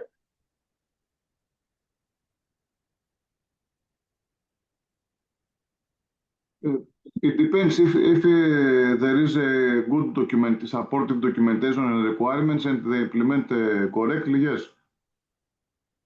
Yeah, so let us say you have to complete a project within a given time. You would always like that recruitment should happen fast. Yes or no? Yes. So fast recruitment can become a CTQ. Yes. So nowadays you will find many companies, they have a CTQ, that recruitment process of a new candidate must be completed within 30 days. So this kind of target can be set with regard to the CTQ, critical to quality. And HR department will become answerable to achieve this target. So what have you done? You have made the process measurable. Normally, many processes like recruitment, we may say how we can measure, but now here we can measure that. Let us say last year, our company recruited 150 employees. Out of that,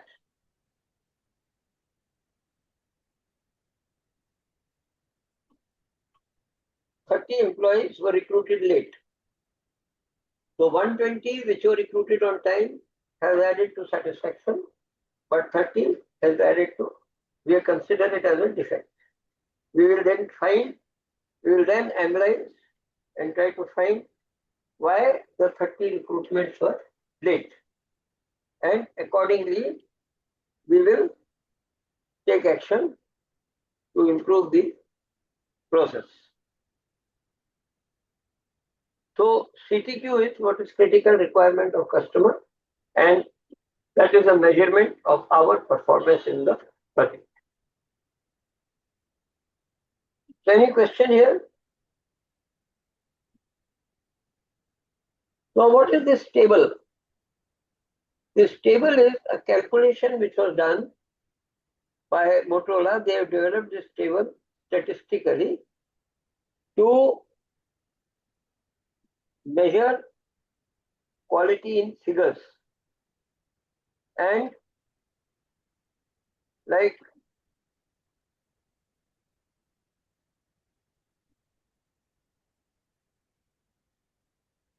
I gave you the example that say last year out of 100 persons recruitment, 30 were recruited late.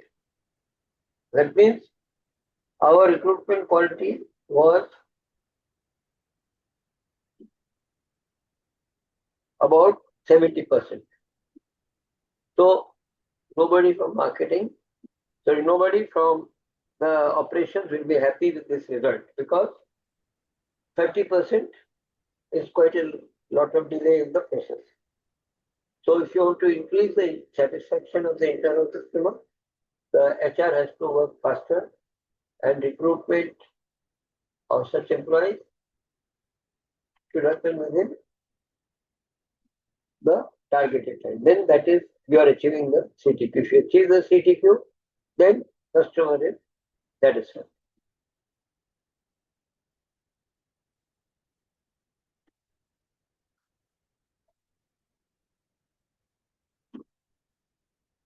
Is it clear? So now here, what is this table? This table is derived statistically to show the level of quality of the process. This was developed by Motorola to show. They have created a scale. The scale is called as a sigma level scale. So if our defects in the process are very high, that means 69% of the time our CTQ is not achieved. Out of 100%, only 31% CTQ we have achieved, 69% we have not achieved. So then our process is at a very low level of quality. We say it is a 1 sigma level of quality.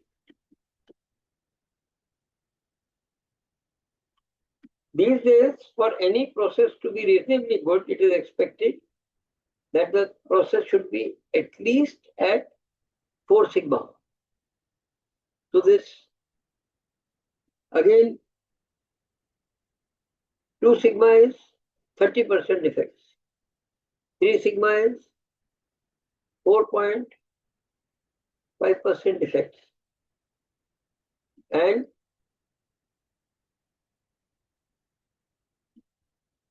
3 sigma is 6.6% defects, and 4 sigma is 0.6% defects. So 0.6% defects is minimum expected these days in the industry. That is 4 sigma level. Normally, most companies are targeting to be at 5 sigma.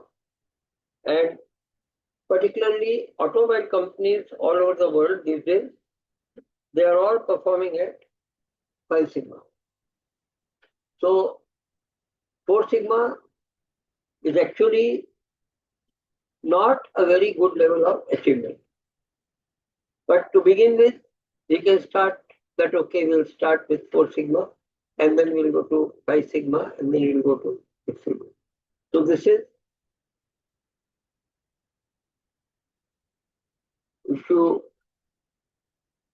have reached 0.6% defects in the process, that means 0.6% CTQ is not achieved, rest it is achieved, we will say our process is a 4 sigma. And ideally, of course, we should be at 6 sigma. That means our defect should be less than 0.00034%. Even if the defect is 0.00035%, then we'll say it's a 5 sigma process, not gone up to 4 sigma.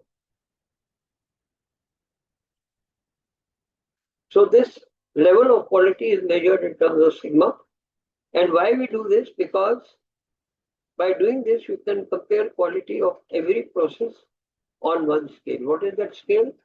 That is the sigma level scale.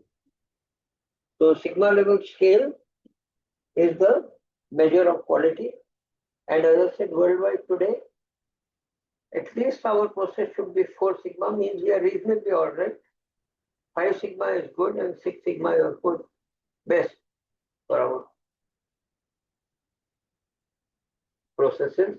But if you are less than 4, if you are 3 sigma or less, then you are not doing too well. You have to improve your sigma level.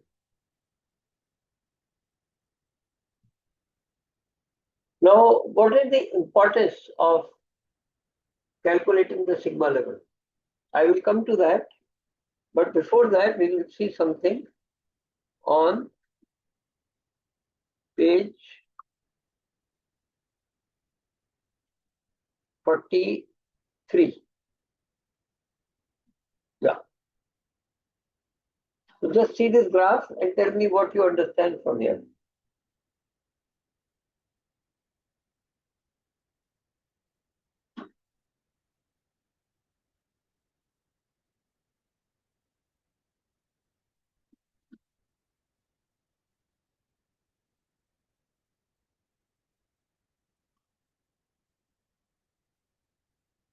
What do you understand by this diagram? It shows that generally till the organization starts implementing 6 sigma, their processes are somewhere here between 2.8 to 3.3. But this is not a very good level of sigma. Minimum, we should be at 4 sigma, which means point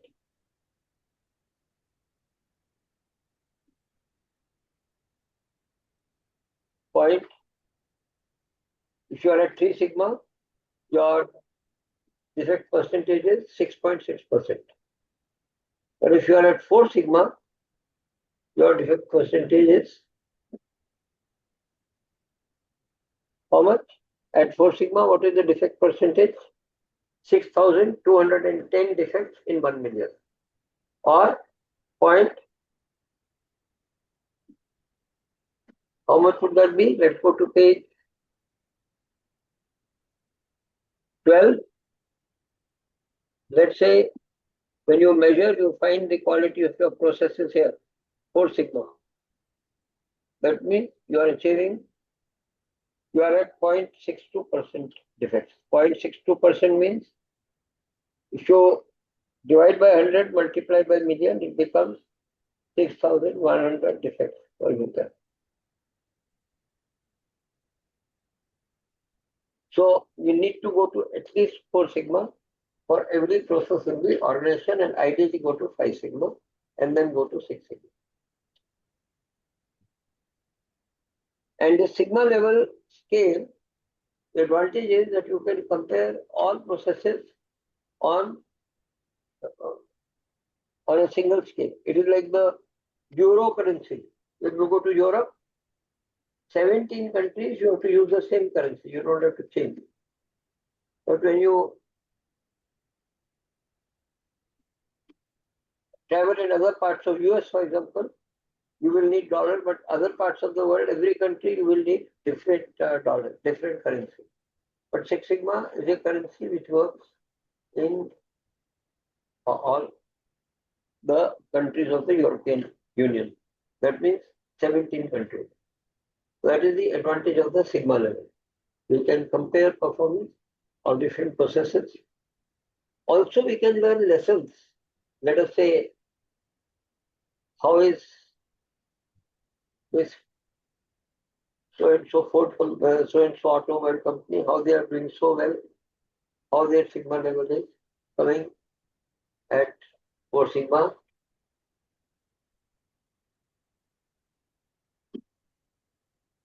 So measurement will help us in what way? So this is a quality expert, Dr. Deming.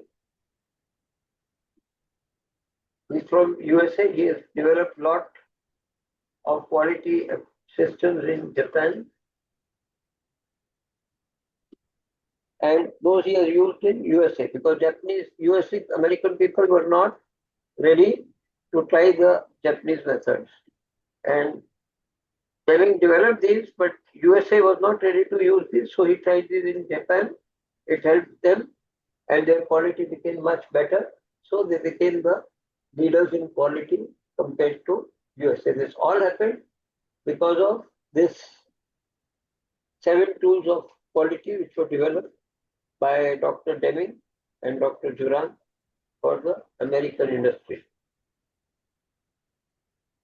Since this was an open type of knowledge in the development, there has been no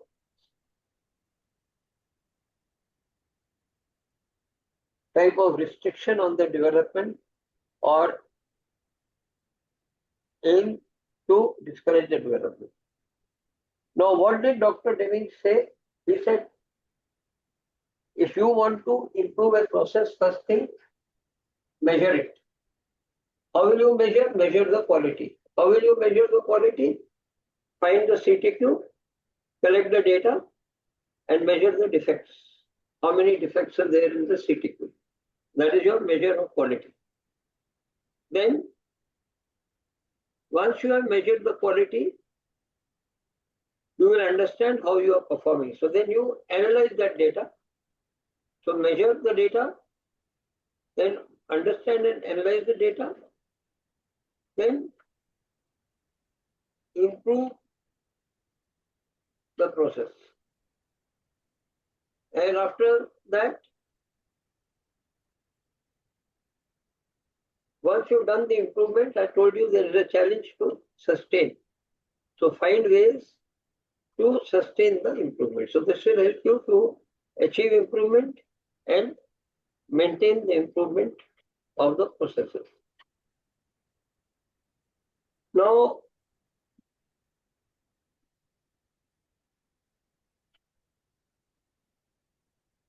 this exercise, this we have talked. What has Deming said? When you measure, you can understand. When you understand, you can improve. When you improve, you can control. When you improve and control the office, you will achieve your goal. When you improve and control, you will achieve your goal. So the target is to measure the process performance, improve the process performance, and achieve the Six Sigma goals for the organization.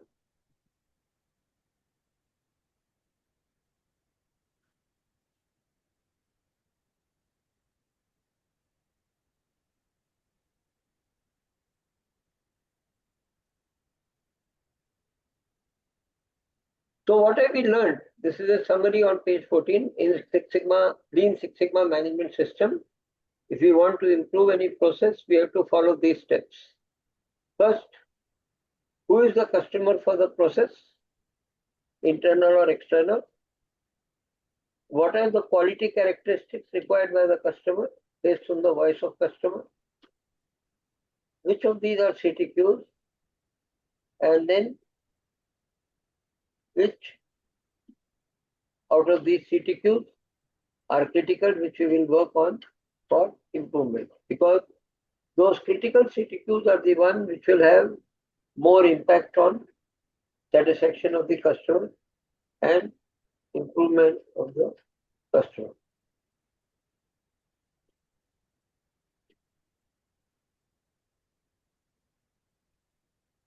So any question up to here?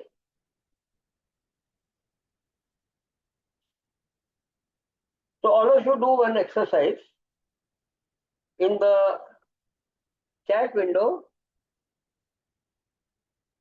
I will just share this Excel with you. Now,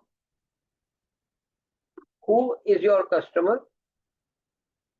Now, this customer can be your senior as your internal customer.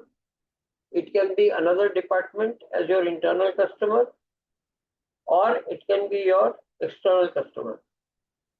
So who is the senior? Who is the customer? That is our first question, for which you are trying to check the quality of the process. So who is the customer? Then what are his CTQs?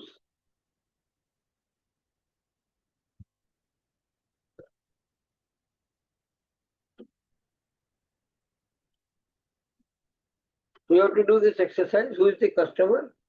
And list 3 CTQs critical to quality for your customer. I am putting here 3. So this you put in the chat window. Who is the customer whom you have to satisfy? This could be internal customer or external customer. And what are the CTQs that you want to achieve for satisfying this customer? So 3 CTQs you have to miss.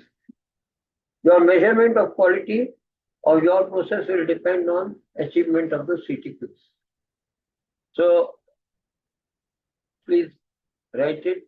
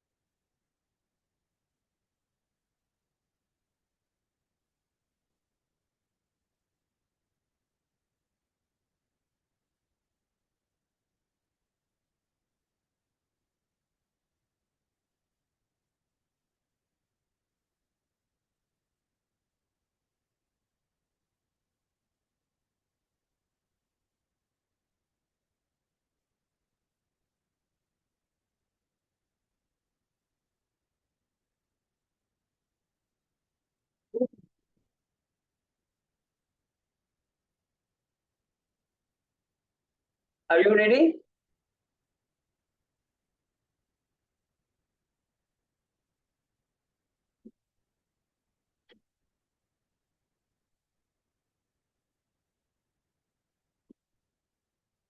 What is the exercise I am repeating?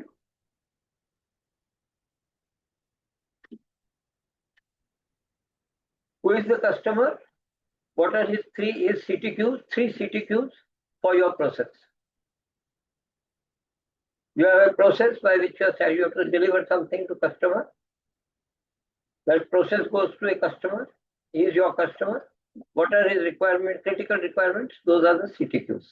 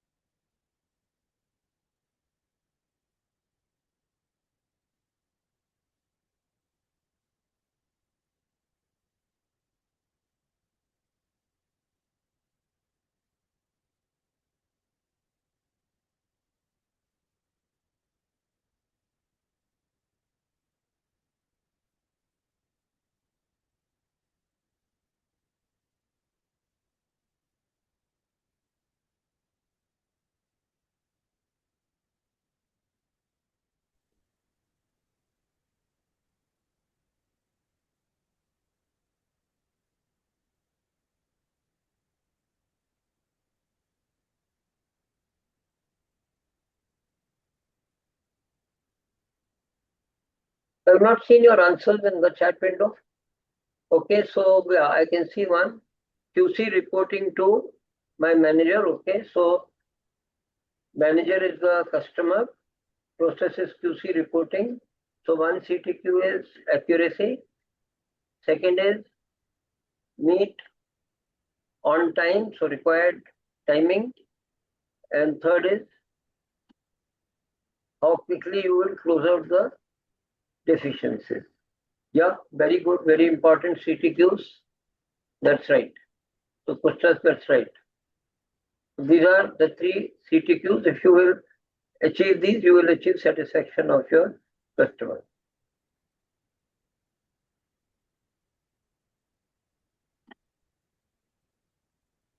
Yeah, others?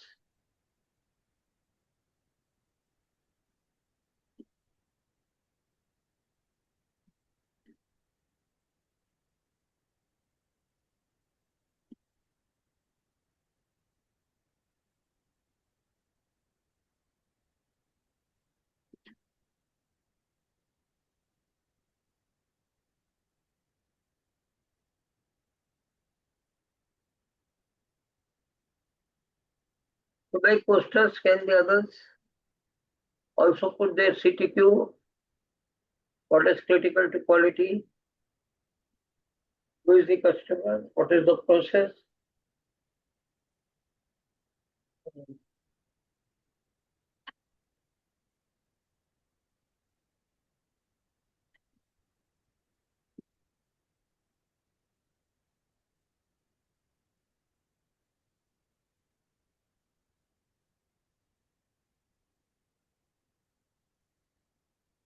Other answers?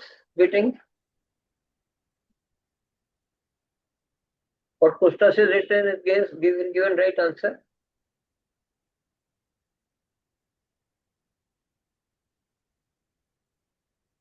Accuracy, on time, and closing the deficiencies within a given time.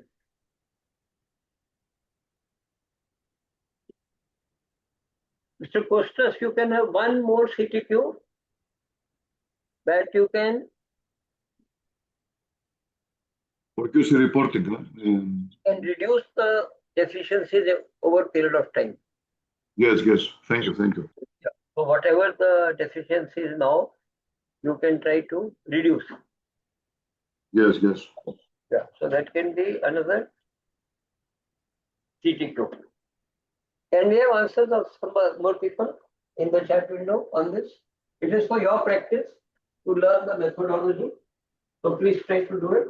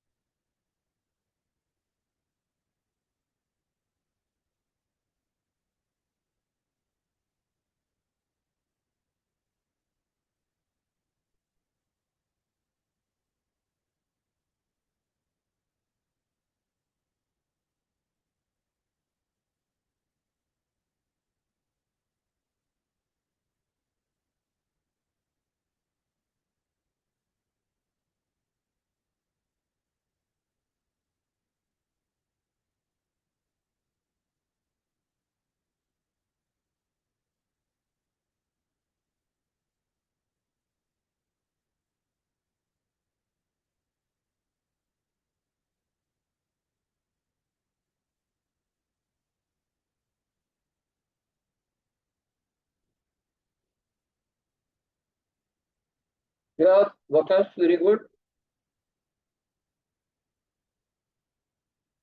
CTQs for planning, accurate detail, schedule compliance, detailed resource requirement. This is critical to clarity for planning process. If they can do this, they will get good results, good outcome. Those are the CTQ are critical to quality. Okay. So we'll continue now.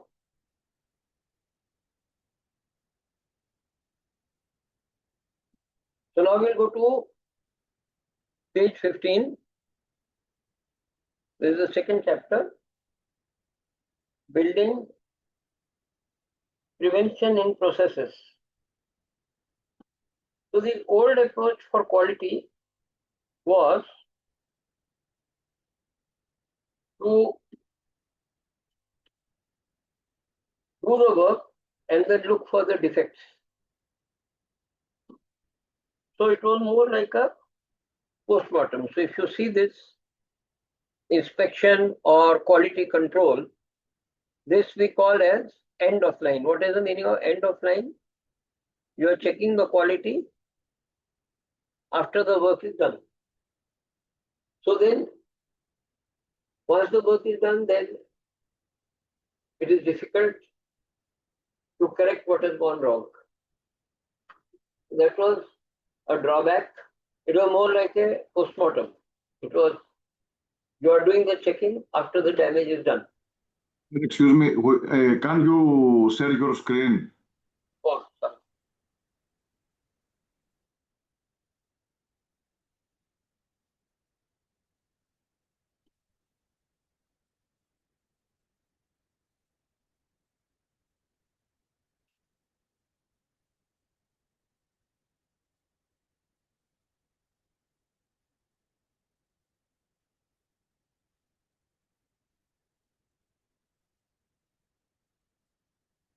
One second.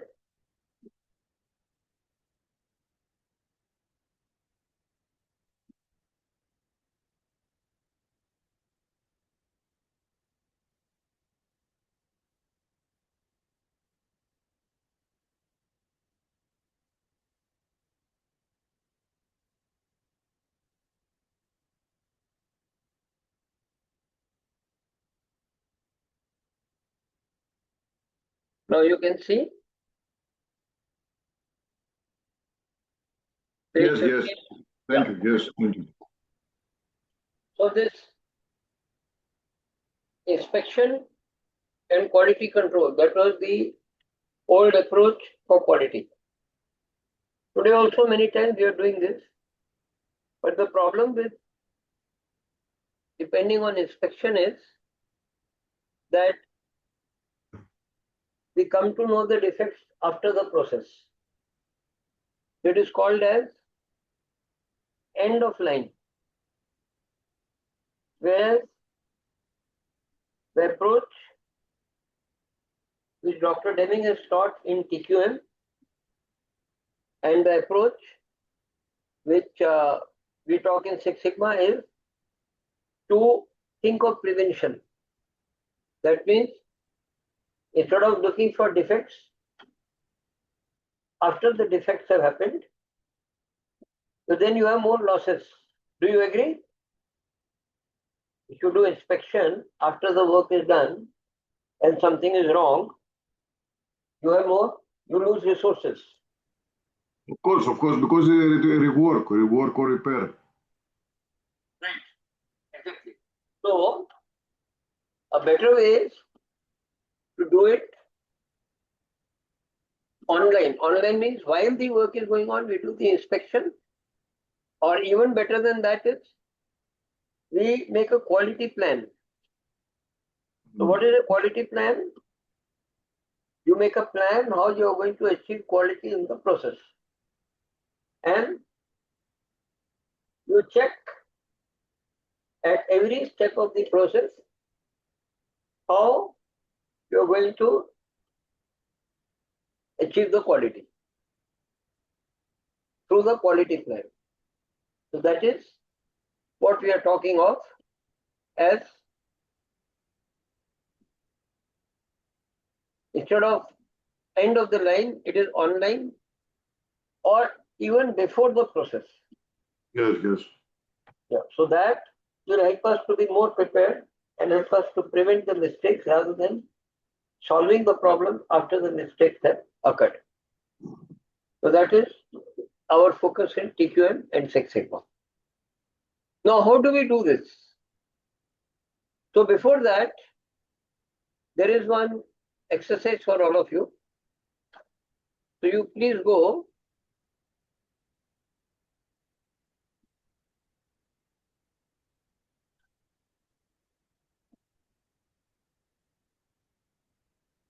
in the material, course material, in the workbook, you will go to page 124. So here you see one exercise. Count the G's. There is a letter G which we consider as a defect. So in the process, the letter G is a defect, and your job is to look for the defects. That is your job.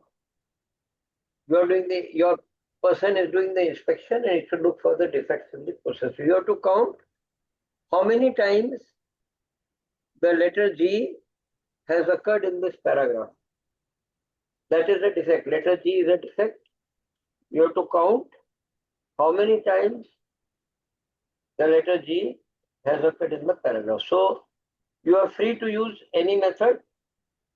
You are required to count. You are doing an inspection. You are required to count and tell how many times the letter G is there. That is number of defects in the process.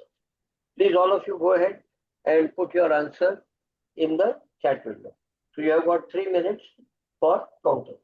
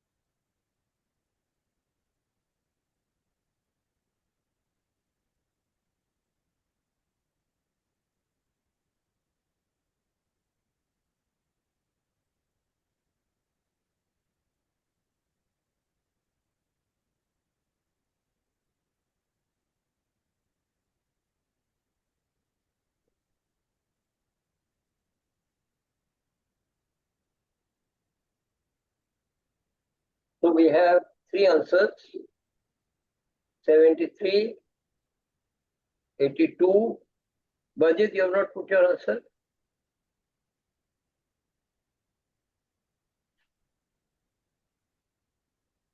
$69. Okay, unfortunately, these three answers are not right. Now I will tell you something.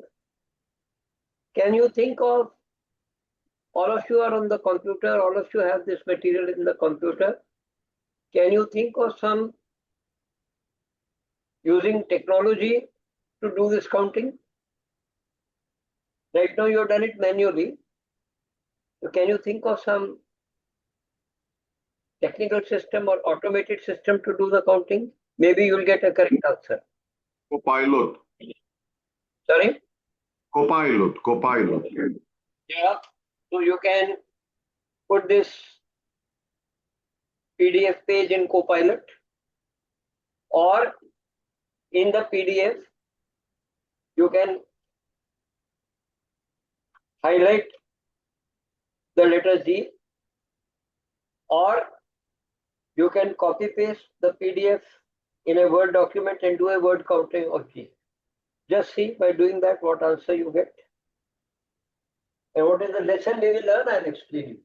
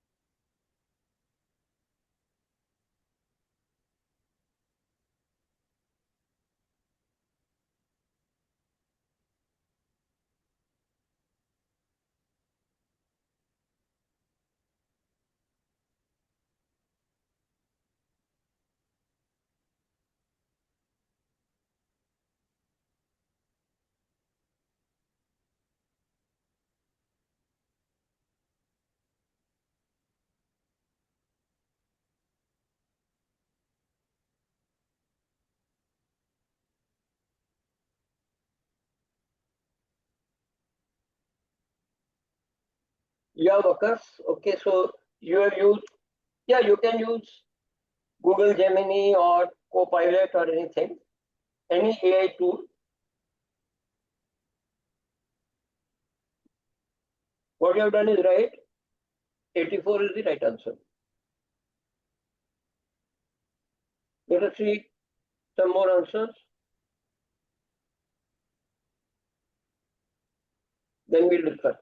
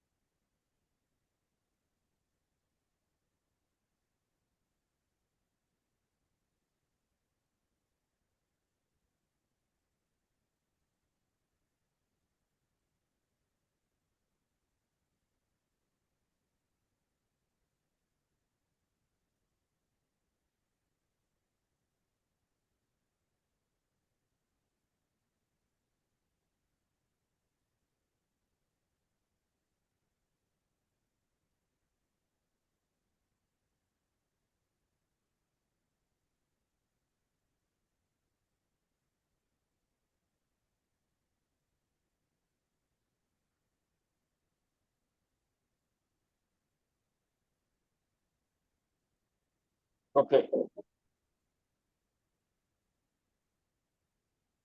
So now all of you have got the same answer. So what is the difference in the first approach and second approach?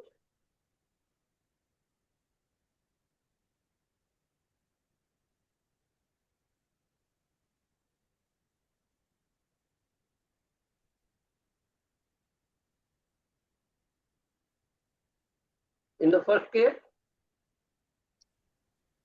you try to do a manual process. Manual. Yes, yeah, manual. Yes. Now what happens when we do a manual process? There is possibility of defect. Then I told you, see if you can use technology. You have used, someone has used AI, someone has used Copilot, this Gemini, that is okay. But by use of technology, you got better result and faster result. What is the lesson we are learning here?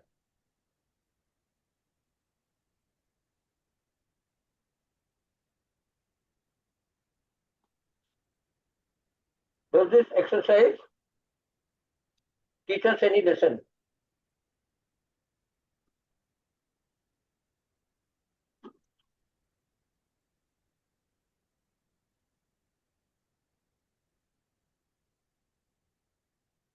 Excuse me, you asked what we can understand from this exercise.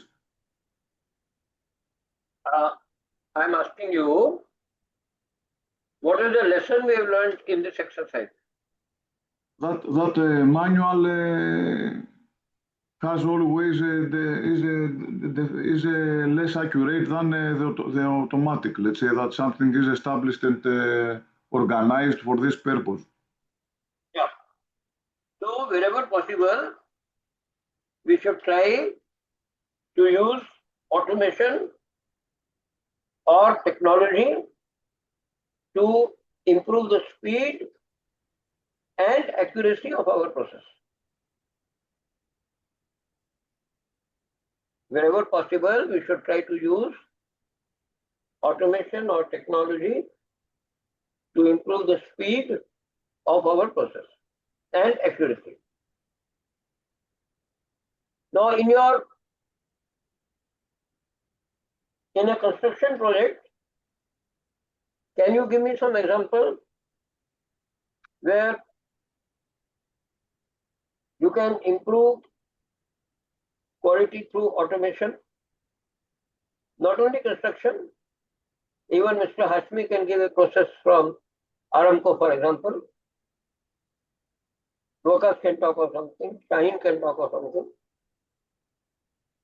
If we go for technology or automation, can you think of an example where you can improve the quality of your process?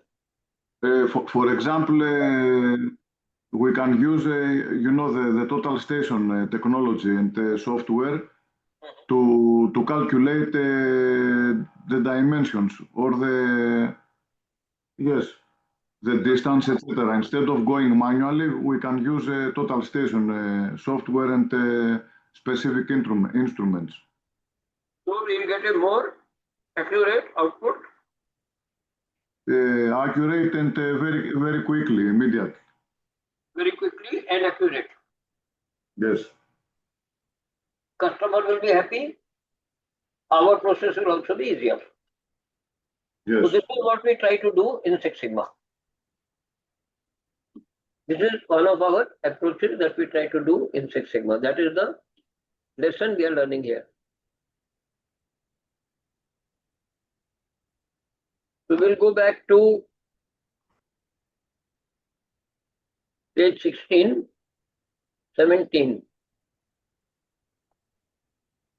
So now we are coming to a concept in Six Sigma, which is called as mistake proofing or Poka-yoke.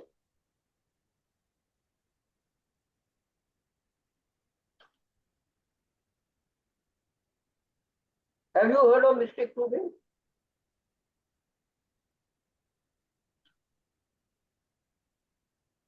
I have heard about this, but I forgot it. Sorry? I have heard before about Pokayoke, but I forgot it. Okay. So tell me, if you are wearing a watch and walking in the rain, your friend calls up to you and tells you that your watch will get spoiled, you are walking in the rain. Your reply is, you say, don't worry, this watch is waterproof. What does it mean? That it can withstand water without malfunction. So, a waterproof watch means it will not malfunction, it will not be affected by water. Yes. Same way, in Six Sigma, we are talking of mistake-proof the process. Mistake-proof means you design your process in such a way that it will not allow mistake to happen. That is called as mistake-proof the process. Here we have got some examples. There are two types of mistake proofing. So one is called as RCO prevention. What is RCO? RCO is reduce chance of occurrence. Means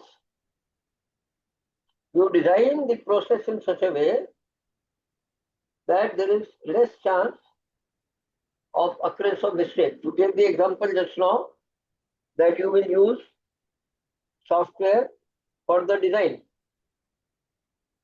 So when you will use software for the design, there will be less chance of mistake. So you will mistake proof the process. The Japanese word is Pokayoke. Pokayoke is a Japanese word. Basically, it means mistake proof. So you mistake proof the process. So here we have got examples. Let us say you are using a pen drive. It will enter the laptop USB port in one direction only. You can't put it reverse. If you are using a microwave, it is running and somebody opens the door of the microwave and puts his hand inside. Will the hand burn?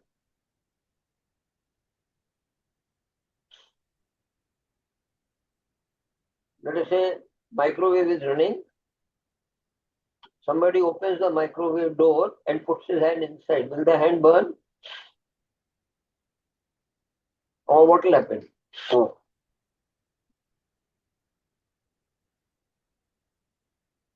The microwave will stop working automatically. That is a Pokayoke. The moment you open the door of the running microwave, it will stop working. When you are doing an online transaction, how it is validated? With the help of an OTP. So unless you give the OTP, you can't proceed.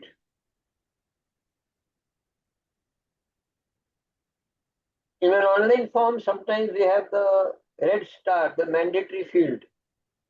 Unless you fill that, you cannot submit the form. So all these are called as, these are all examples of mistake proofing or Pokayoke. But this is what mistake proofing? This is RCO. RCO is, as I've shown you here, reduced chance of occurrence. Don't let the mistake happen. There is another type of prevention that is also a mistake proofing. That is called as ICD. ICD is increase chance of detection. That means have a warning system. If something goes wrong, you will get a warning. So some alarm. So for example, you are using a reactor at site or you're using a boiler at site. If there is an over temperature, you will get an alarm.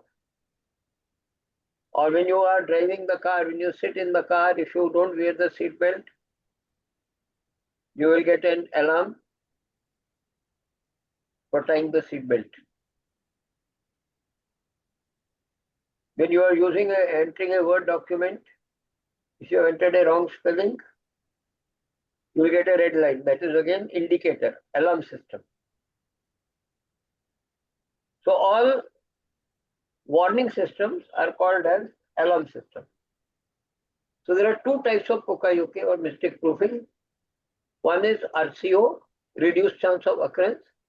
The other is ICD, that is increased chance of detection. Now tell me, let us say in a house, there is a fire circuit, there is a short circuit, but because of the circuit breaker, because of the MCB, the unit trips, so the fire does not go forward. So this is what kind of prevention? Let us say in a house, there is a short circuit, but nothing gets damaged because it will not allow process to go further. UPS will shut down. This is called as the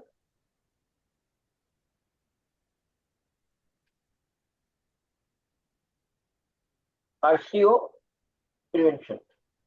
RCO, okay. But same way, let us say you have a small child at the back of the car. What is the safety you can do for the child? What prevention you can have? You want what stuff? So you can have a child lock. It's not So with against the the child lock, child cannot open the door. So that is also a RCO. Sorry, one more close to this side. It's covering that thing. Huh? This shelf is covering that thing as well, so it shouldn't move. So If this carpet is not under the sofa, it's going to keep moving. that's good. So Exactly. what is the use of child lock in a car? Is RCO. It is an RCO POCA-UK. Right. Now, which prevention is stronger? Same. LIGO or ICD?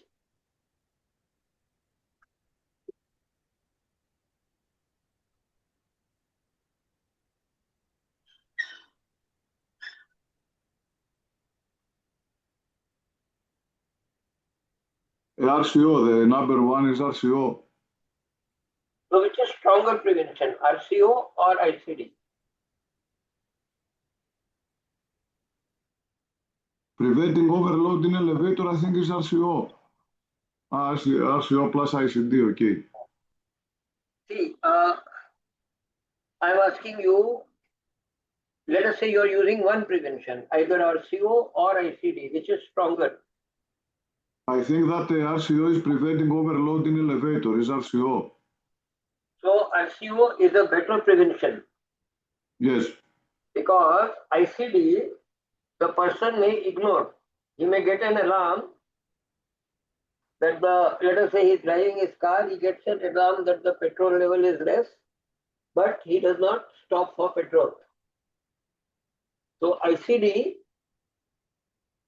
may be ignored. You get an alarm for the seat belt, you get an alarm for the petrol, you don't care. Then that is not so strong as a prevention. But what about RCO? Do you have a choice? Is not allowing the further the procedure, the process to move. Yeah. RCO does not allow the process one. So it's a better prevention. So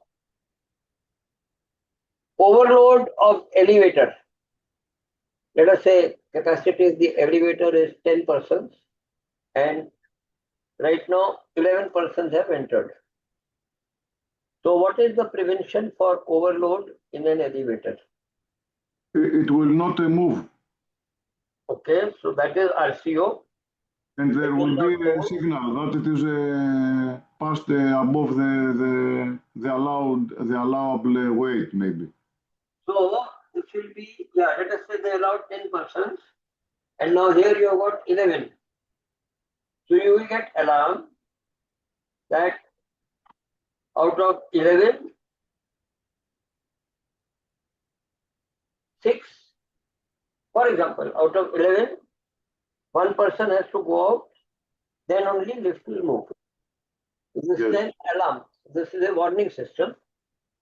And if people don't go out, then lift will not move. So that is a RCO. So lift not moving will be RCO till the people reduce the weight. And after reducing the weight, lift will move. That is fine. And along with RCO, you can have ICD. That means if you have overload, you will get a message to reduce the load and you will also have an alarm. So that is the RCO prevention. So I hope all of you are clear between RCO prevention and ICD prevention. Anyone, any doubt? Difference between RCO prevention and ICD prevention. Can you give me an answer?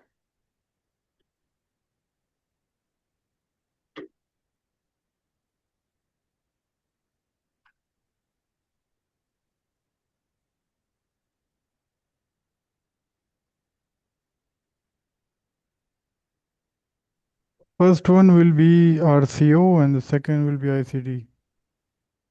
So lift will not move if the overload is not removed. That will be RCO and belt. The car will move only after the person follows the instruction. He either comes out of the lift, so that it reduces the weight, or somebody else comes out, so that if the weight is less, then he can move. Otherwise, alarm will keep on bothering. So, in difficult area applications like the lift, where it can be dangerous, normally the POCA-UK will be the rights to apply the POCA-UK. That will be with the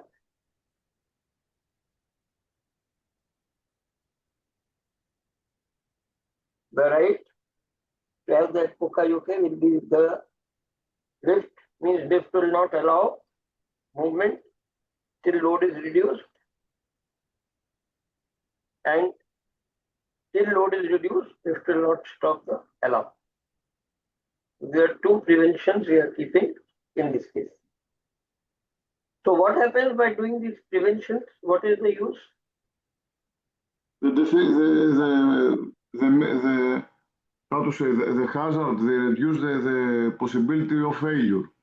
Yeah, so this will reduce the chances of defects, or it will reduce the chances of failure. Very good, right? Okay. So RCO POCA-UK, which I explained you just now, this is a prediction system. Error is about to occur. We'll get a prediction, and this will either control the process or shut down the process. It will not allow the error to happen. ICD is detection. It means warning system. So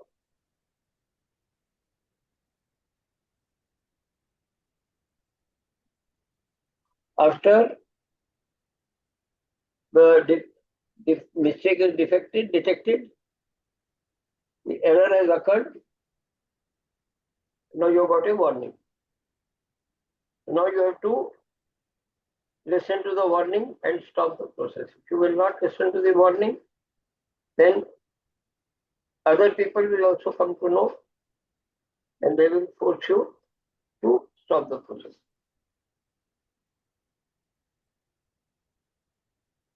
Okay? Okay.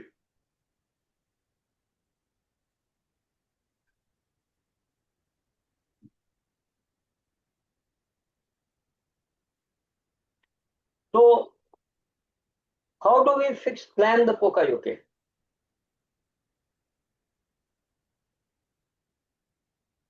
So, whenever some mistake occurs, we will go for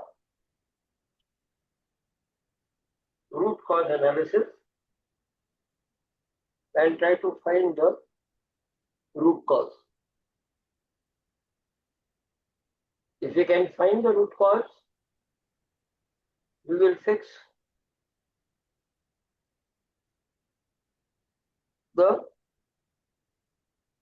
we'll add a Pokayoke so that the mistake should not repeat. If the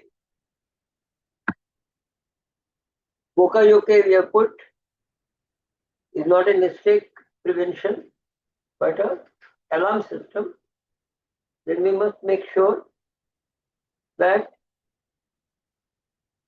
more persons are involved in implementing the Pokayoke. Because let us say you build a Pokayoke in the process, then whoever is going to make a mistake will not be able to make the mistake. That is why we will try to do the Pokayoke.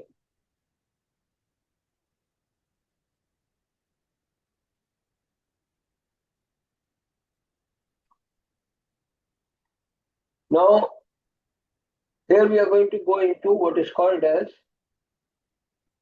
root cause analysis. So one of the methods, this is also a Japanese method to find the root cause of a problem. I asked you earlier, let us say a person has a headache. So how the doctor will find the root cause? With diagnostic test by examining the person. Yeah, so he will carry out different tests, and by carrying out the test, he will find out what is the root cause, and then he will give medicine for that root cause. Then it will remove the root cause and solve the problem.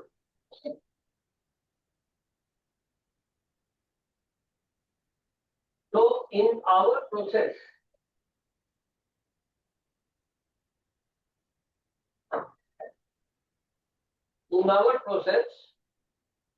whenever a defect happens, we will go for diagnosis. We will try to find out what is the root cause, and then we will use Pokayoke to prevent the root cause in future.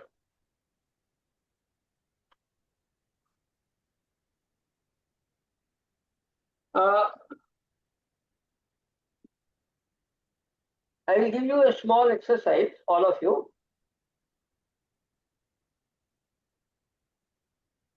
In the chat window, give example of one RCO prevention and one ICD prevention. But just wait. This prevention I'm asking you is RCO and ICD prevention in the human body. So we are studying Poka-yoke. We are saying that the Japanese people have developed Poka-yoke, but that is not right. Already in nature, there are many Poka-yokes for us as human beings.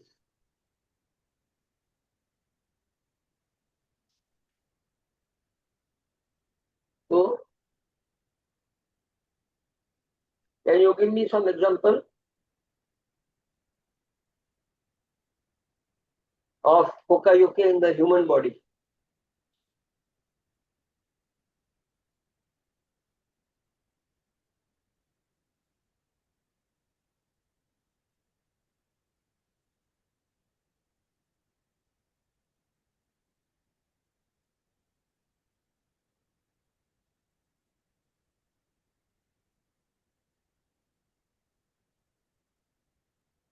Can you think of Poka-yoke in the human body?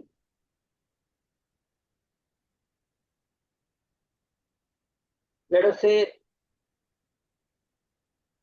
you are eating food and by chance the food goes towards the windpipe.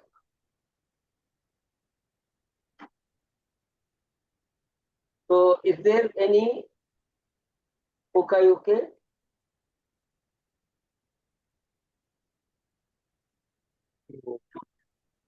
Prevent? Vomiting, for example. Yeah. Go ahead. Yes, to take the dangerous food outside the body, vomiting. Yeah. So the person has some food and because of that he gets indigestion. So due to indigestion, he gets a vomit. So vomit is not a cure, but it is a medicine. Vomit is how it is a prevention because you have eaten something which is not okay, so the body is forced to throw it out. So that is a Poka-yoke. It is reduced chance of occurrence. Any other Poka-yoke in the human body?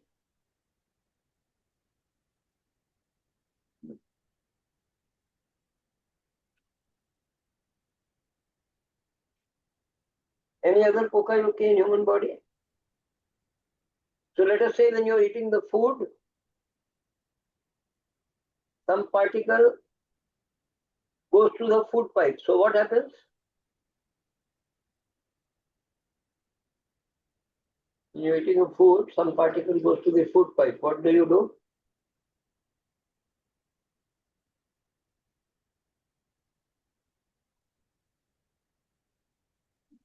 do? Coughing. Coughing or something So similar. you will start coughing and throw out that food. So that is again RCO prevention. Let us say it is very hot. So you will get perspiration. You will get more perspiration on the skin. So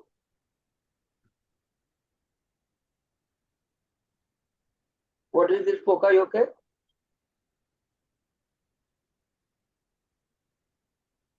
ICD.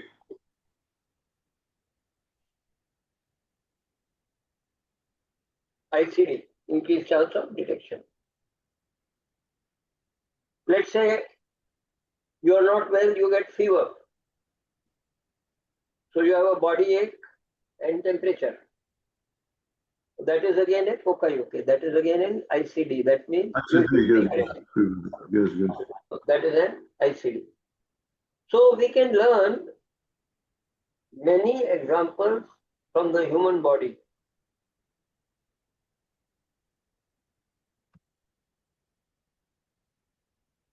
Okay. So now please do your exercise.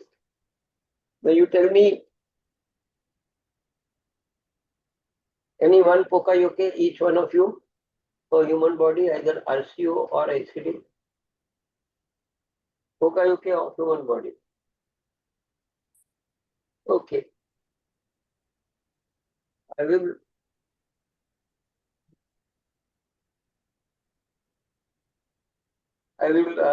give you time to think on this. Meanwhile, can you explain to me what is the difference between RCO Pokayoke and ICD Pokayoke?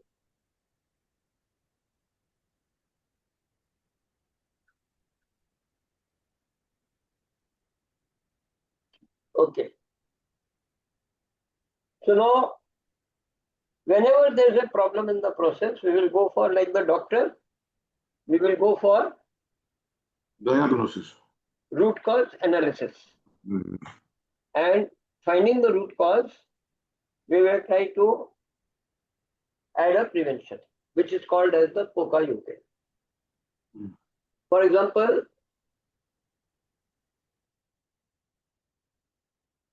how do we find the root cause? So we will ask why. The Japanese call it as asked why 5 times.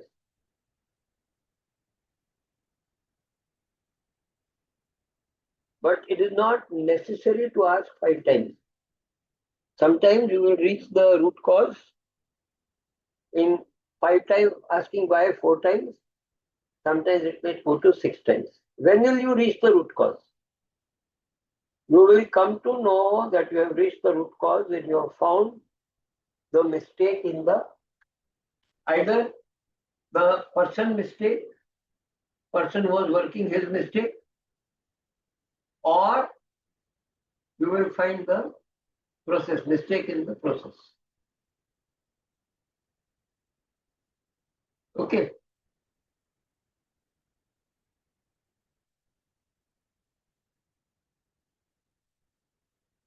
So here we have an example. We are going to ask why. So why did the machine stop? So we say because the fuse blew due to overload. Now next we will say why there was overload. So like that we will, now here you will see the why. First machine stopped, why? Because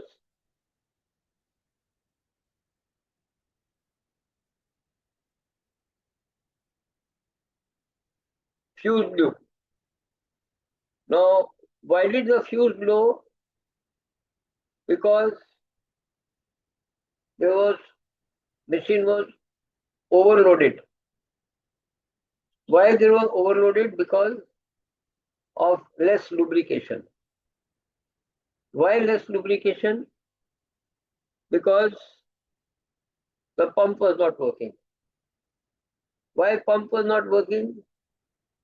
Because nobody did the servicing. Why? It was decided to let the pump work on the 27th November.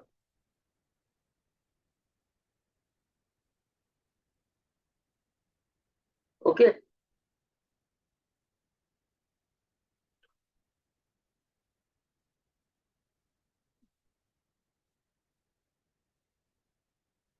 So is it time for prayer break now or after 15 minutes?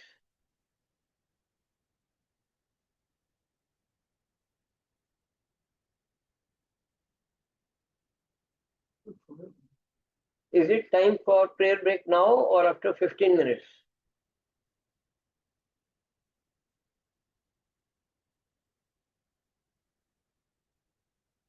Yeah, Kostas? Yes, it's actually Azan just started for Maghrib. Okay. So I can either take now or after 5 minutes is fine, it's prayer time. No problem. We can do it after 5 minutes. So we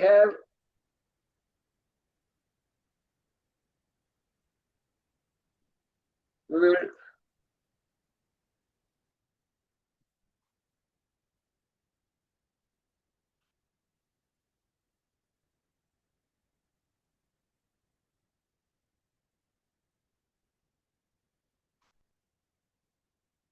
now here I'm giving you one example, root cause analysis. So first we will look at correction and corrective action. You know the difference between correction and corrective action?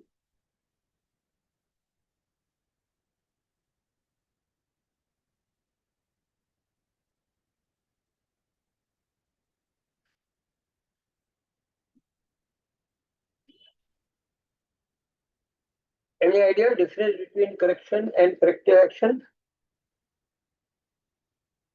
So correction is when something goes wrong, you correct it. That is correction. And corrective action is after you've done the correction, you go for root cause analysis. You try to find out what is the root cause, why did things go wrong. So now here we'll take an example. Let us say in a department, there are 10 computers and one computer, there is a hard disk crash because of virus. Now here below I have shown you can you see my Excel sheet? Before we could see, now we cannot see. Before it was. Okay. I thought you cannot see, so I activated it again. Okay. Now you can see this? Yes, yes. Okay. So now I'm saying that in a department there are 10 computers. One computer has a hard disk crash. So what will be the correction? Correction is whatever has gone wrong, you will correct it. That's all. That is correction. Whatever has gone wrong, you will correct that. That is correction. So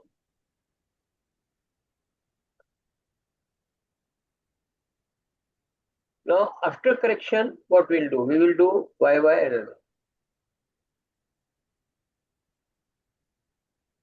And after correction, we will do what went wrong. The correction is okay. We will, whatever we can repair, we'll try to repair. We will try to find out what went wrong, why the hard disk crashed.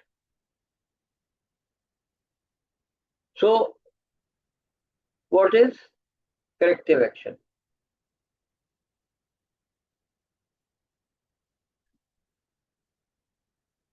So we'll do one thing, we'll break for 15 minutes. And after 15 minutes, we will talk of the correction, corrective action, and preventive action.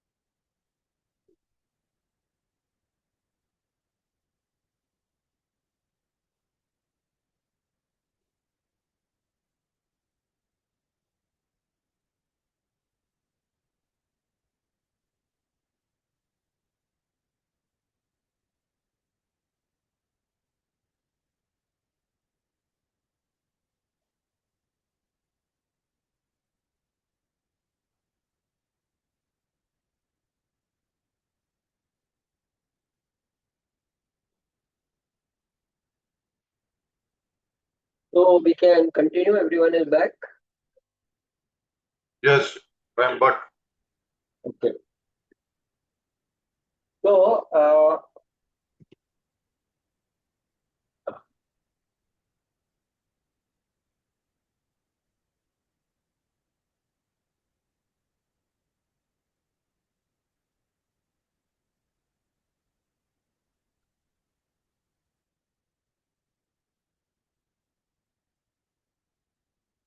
so if you see on page 20 in the book, we are looking at three terminologies: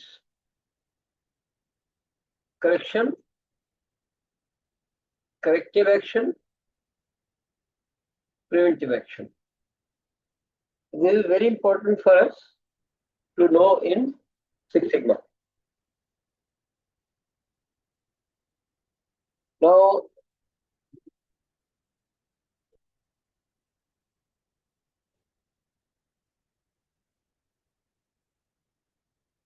correction is whatever has gone wrong, we will correct it.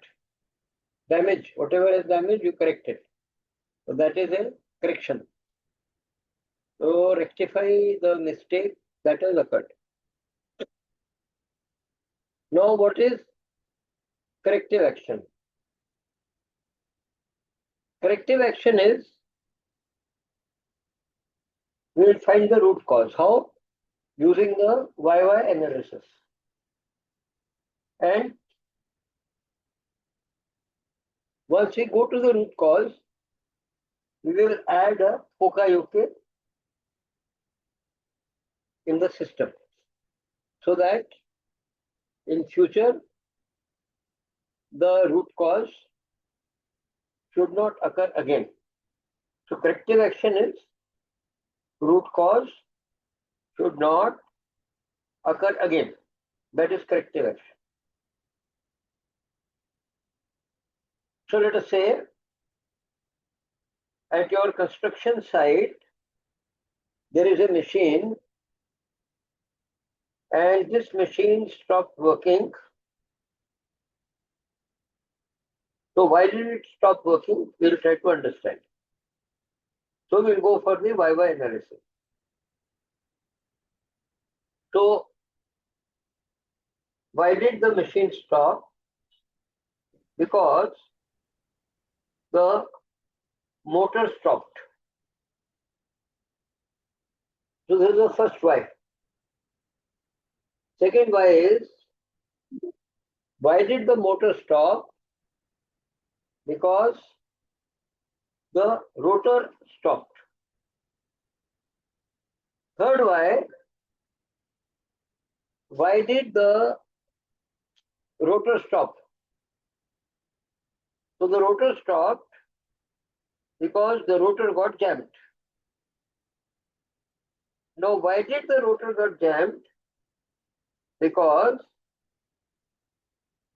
the grease became dry.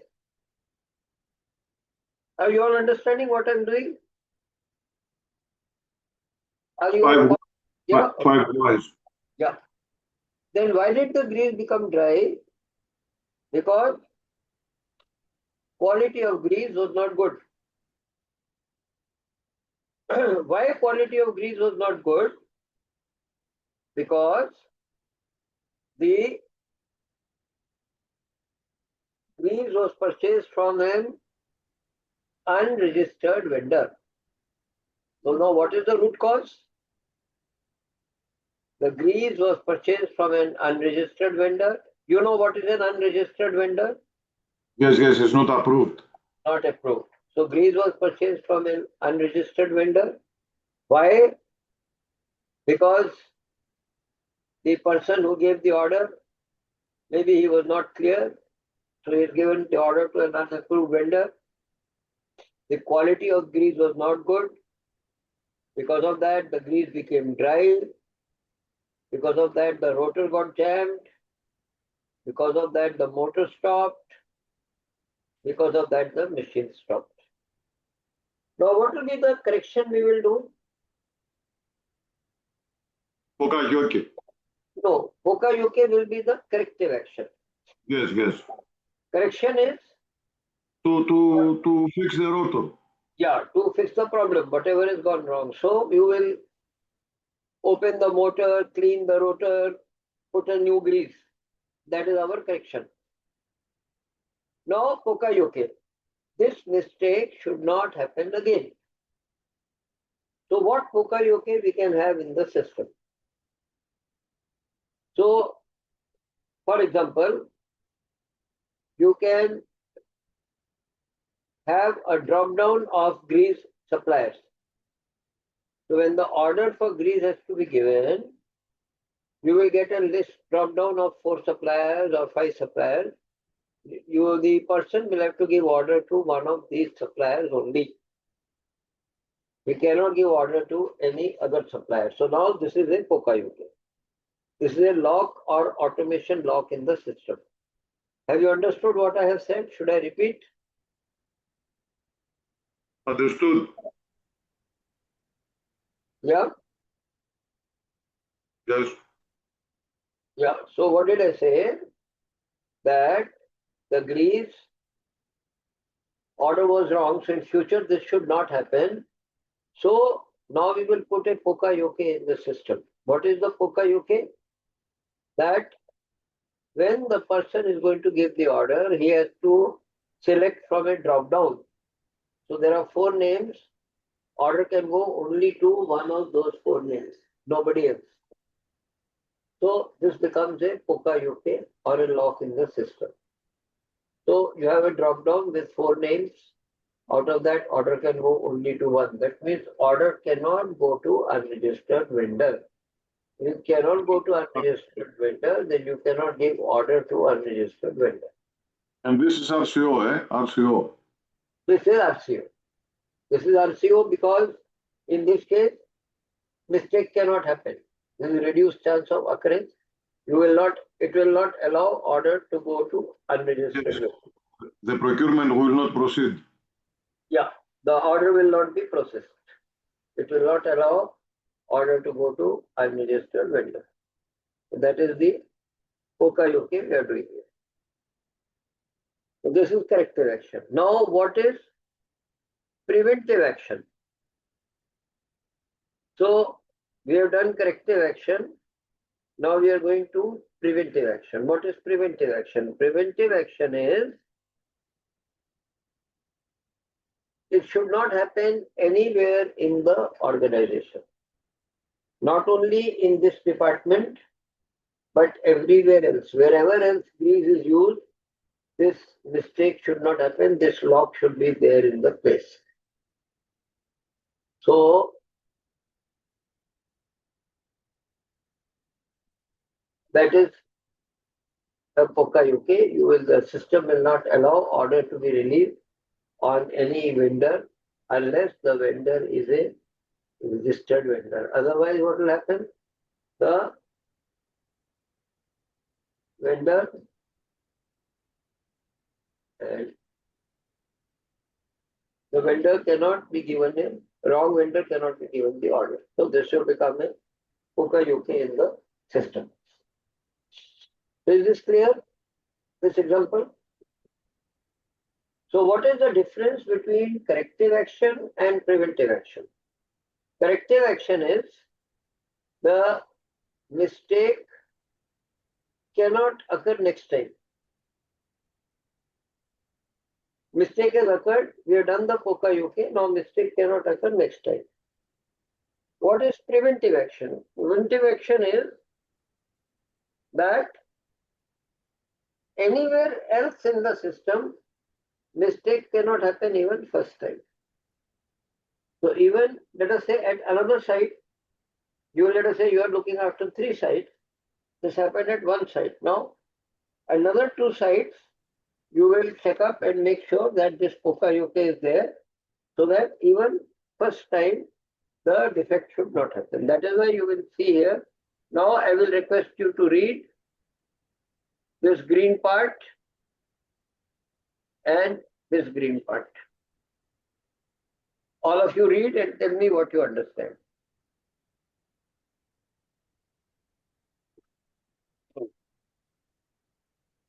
May I reply? Yeah, please. The pokajoke in the corrective action is something you are implementing in order to prevent recurrence. So, but in the corrective action, the failure, the deficiency happened. In the preventing action is that you implement a system without having occurred any failure. Yeah, right. So corrective action is mistake has happened, but in future it will not happen. Yes, But preventive action is for first time also the mistake will not happen. yes, yes. So that is the preventive action. This we call as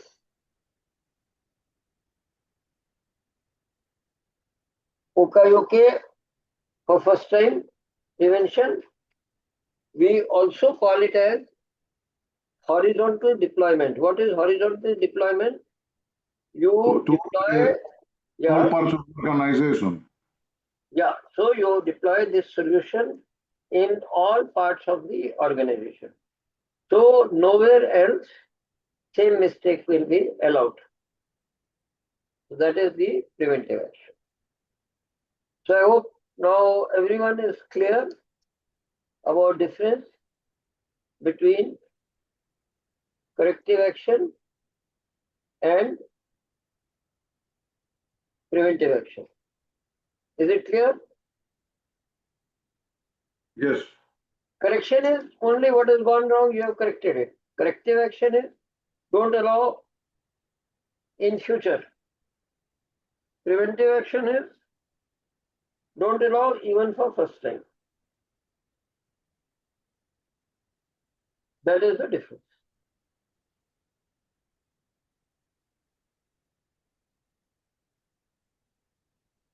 So preventive action is also called as proactive. Proactive means you are thinking in advance.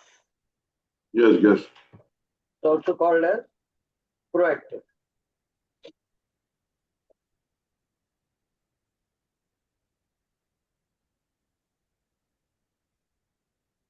So this is very important. Lean Six Sigma is all about building prevention in the processes. If the process does not allow mistakes or defects to be generated, then there is no need for inspection for defects or mistakes. It means if we have a very good prevention system, then we will not have defects in the process. And that is the meaning of Pokayoke, that you have a very good prevention system so that you do not have defects in the process. Just read this sentence, all of you, then I'll go further.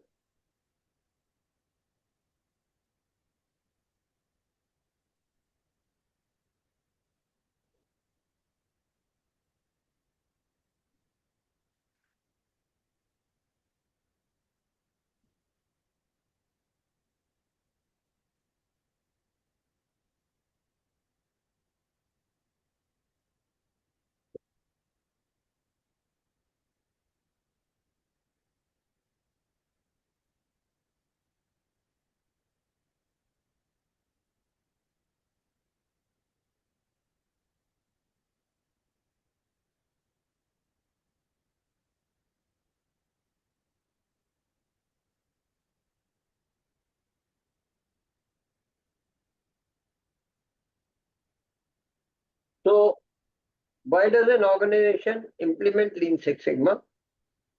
Lean Six Sigma is a management system that involves systematic data collection and statistical analysis to achieve one of these goals. One is reduce the defects to go to the level of Six Sigma, improve your process so much that you reach the level of Six Sigma. Second, eliminate the waste in the process. Third, increase satisfaction of internal and external customers so that everybody is happier, employees will try to get more sales and order for the organization.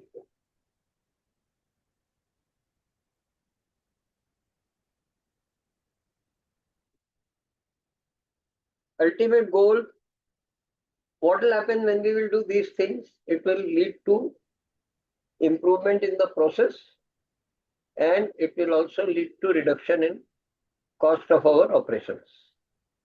This Improve, ROI is the return on investment. yeah, correct. So it will improve profits for the organization. You're right.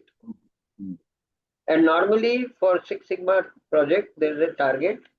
If you are doing a smaller project that is called as the Green Belt project, you should save about $0.25 million per year. And if you're doing a bigger project that is called as a Black Belt project, you should save about $0.5 million per year. So this is the purpose of doing the Six Sigma training and the Six Sigma projects.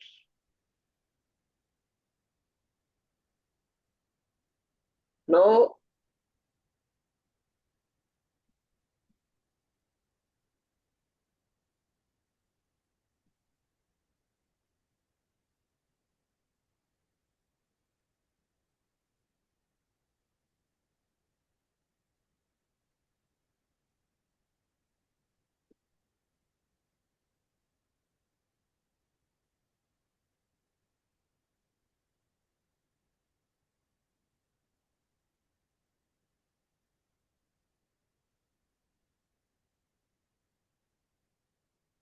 now I'm going to give you one quiz. There are 15 questions. You are required to work on this quiz just now. Then we'll discuss your answers. So I will give you about 20 minutes. There are 15 questions. I'll give you 20 minutes to do the quiz.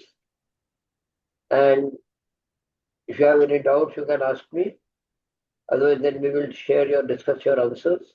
Then we will go further. So this is on page 164.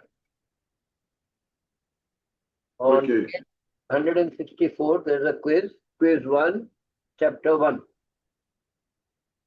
So you have to do this quiz just now. Then we will discuss your answers and go further.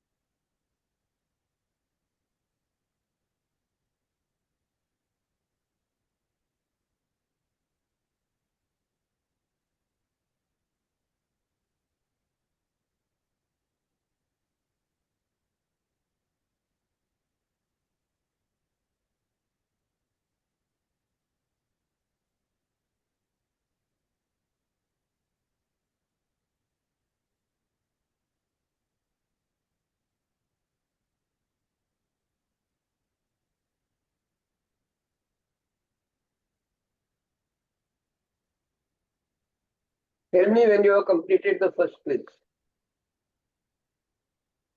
Okay.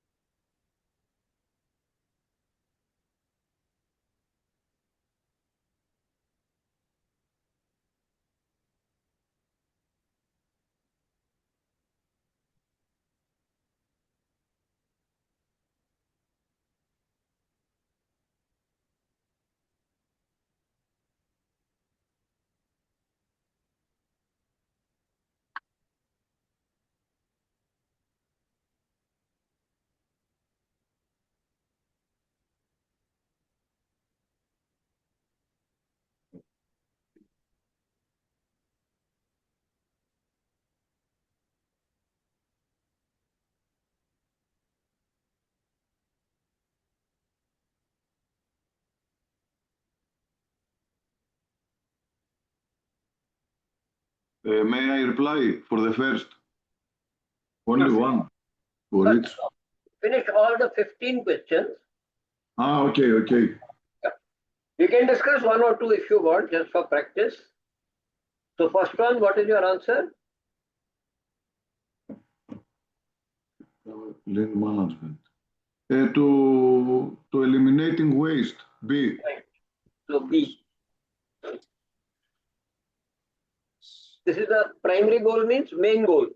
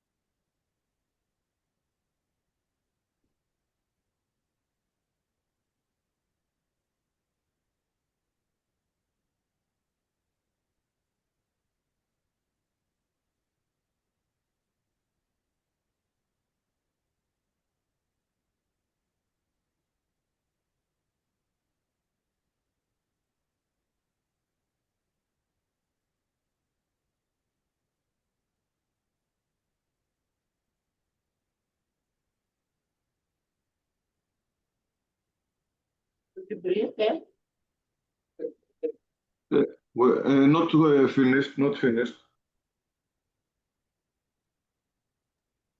I finished.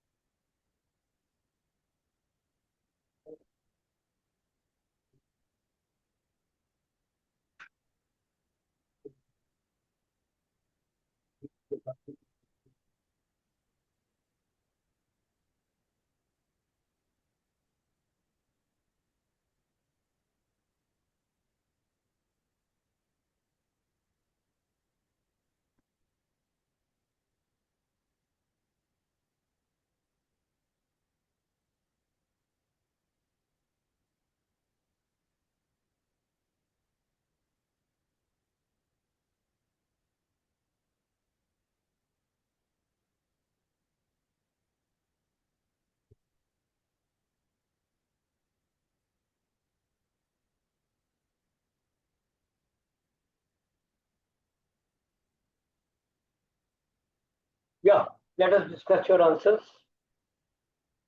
So second one, what's the answer? Option number C. Number two. Number two. This one. D. D. Right. Define, measure, analyze, improve, control. पक्का बंद कर दें. Okay, next one.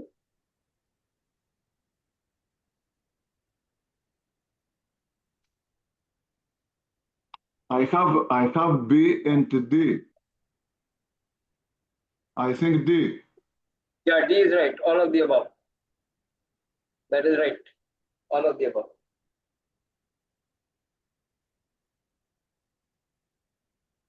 This Pareto, what I talked to you about vital few, this is called as Pareto principle. 80-20. Yeah. For A.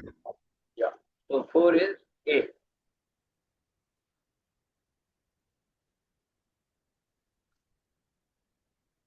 Five D. 5, all of the above. All of the above, right. D.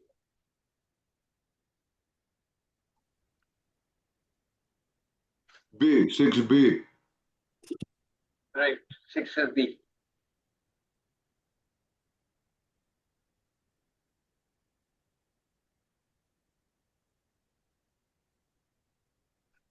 D. 7D. Yeah. A. Question number 8.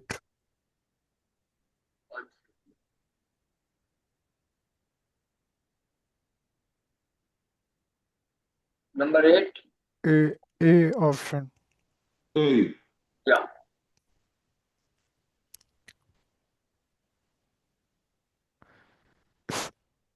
Question C. 9 Number C. C. Market share. Yes.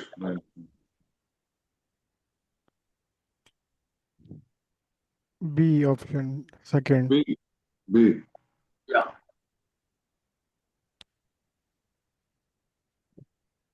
It's option C. C. C.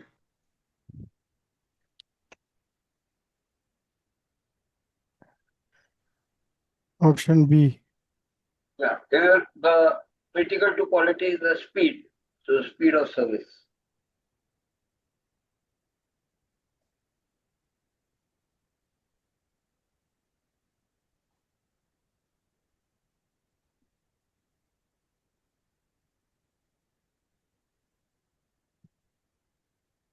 These answers are given on page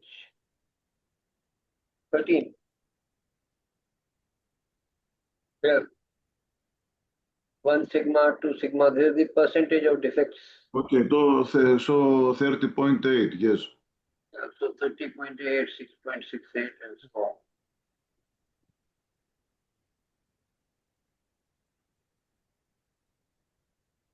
So B. Yeah, right.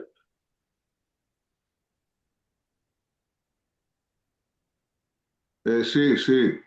Right. And 15 is the D option. Correct. Right. B. Yes. Very good. So let's do the second quiz also. So why we have kept these quizzes? So that automatically you go through a revision of what you have learned.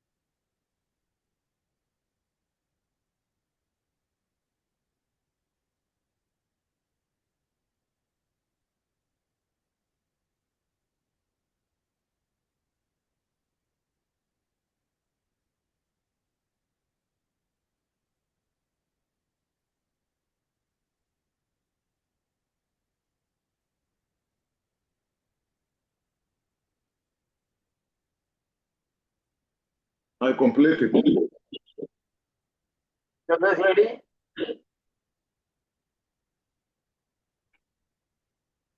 We'll give 2 minutes to others, then we'll start.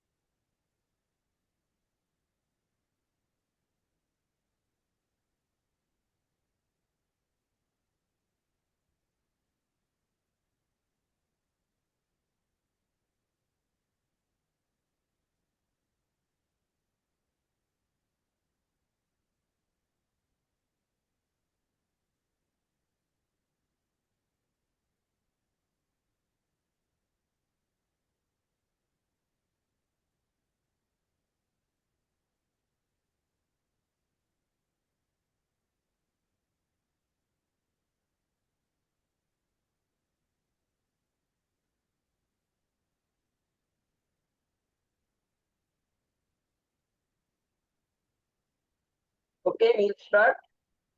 Yes. Yeah. 1C. Yeah. Okay.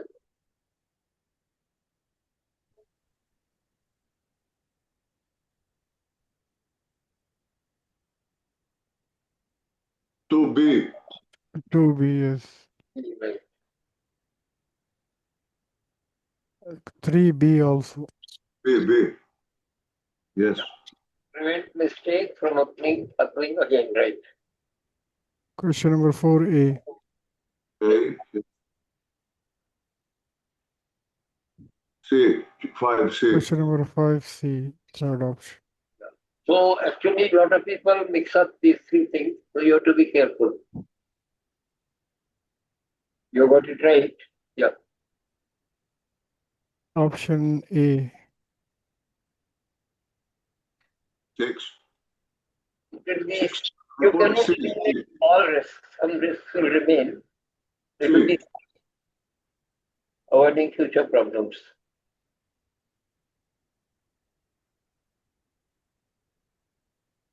7B. Yeah. 8C.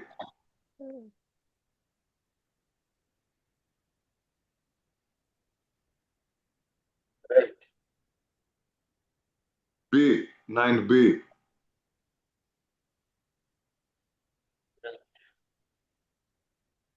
Then A. A.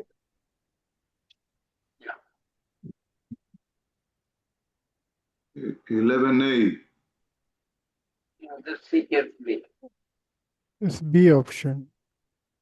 No, RCO. RCO is what? Reduced chance of occurrence. These are all detection. Warning. Your answer is B here. All, eh? Then B. the answer is B. 12B. 12 is, yes, building alarm system. Okay.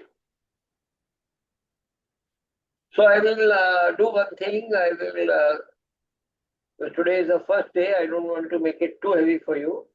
I will give you one homework reading, and I will stop today. Next 2 days, we will start on time like we have started today. Now just go to page 124.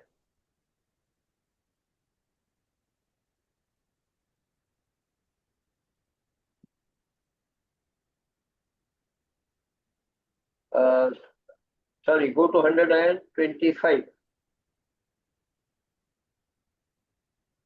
Here we have explained how the Six Sigma teams are formed for carrying out the Six Sigma projects. And the roles, what is the role of a black belt? Who is a black belt, what he does? Then what is the role of a master black belt? Then role of green belt, champion. Champion is the overall leader of the team. Master black belt is the consultant like us. Implementation leader is the top management. So all these roles are explained here. The 4-page write-up, this you have to read, and we will discuss tomorrow if you have any questions. So this is a 4-page write-up. And I will also like to show you, this also Riaz has sent to you in the mail. What is a Six Sigma project?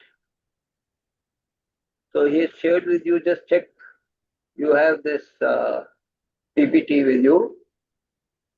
He has shared with you examples of Lean Six Sigma projects.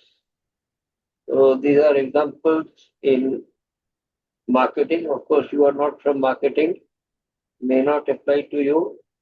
This is more applicable to you, production and operations. So related to improving effectiveness of the process, reducing the defects, reducing the operational cycle time, reducing rejections, waste, reducing waste, improving productivity. So these are all examples of projects which you can take up in the production and operations area. This is again examples of projects which can be done in call centers, won't apply to you. Then finance, yeah, some of you may be interested in some finance-based project. So these are some examples of projects in finance. These are examples of projects in supply chain.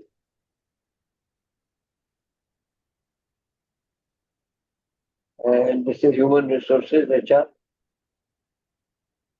The IT applications. So you will see this is facilities management. These are examples of healthcare. You will see in every area it is possible to do the improvement projects using the DMAC methodology. That is the purpose of sharing these examples with you. So you can read that homework and tomorrow we will continue.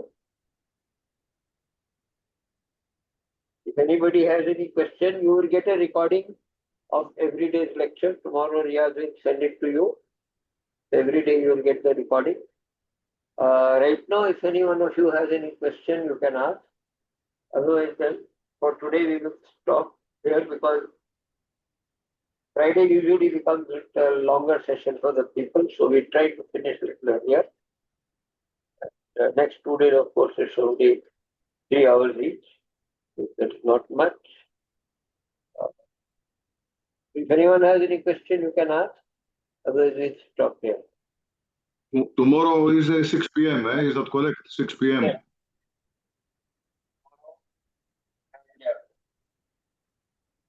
Okay. Good night.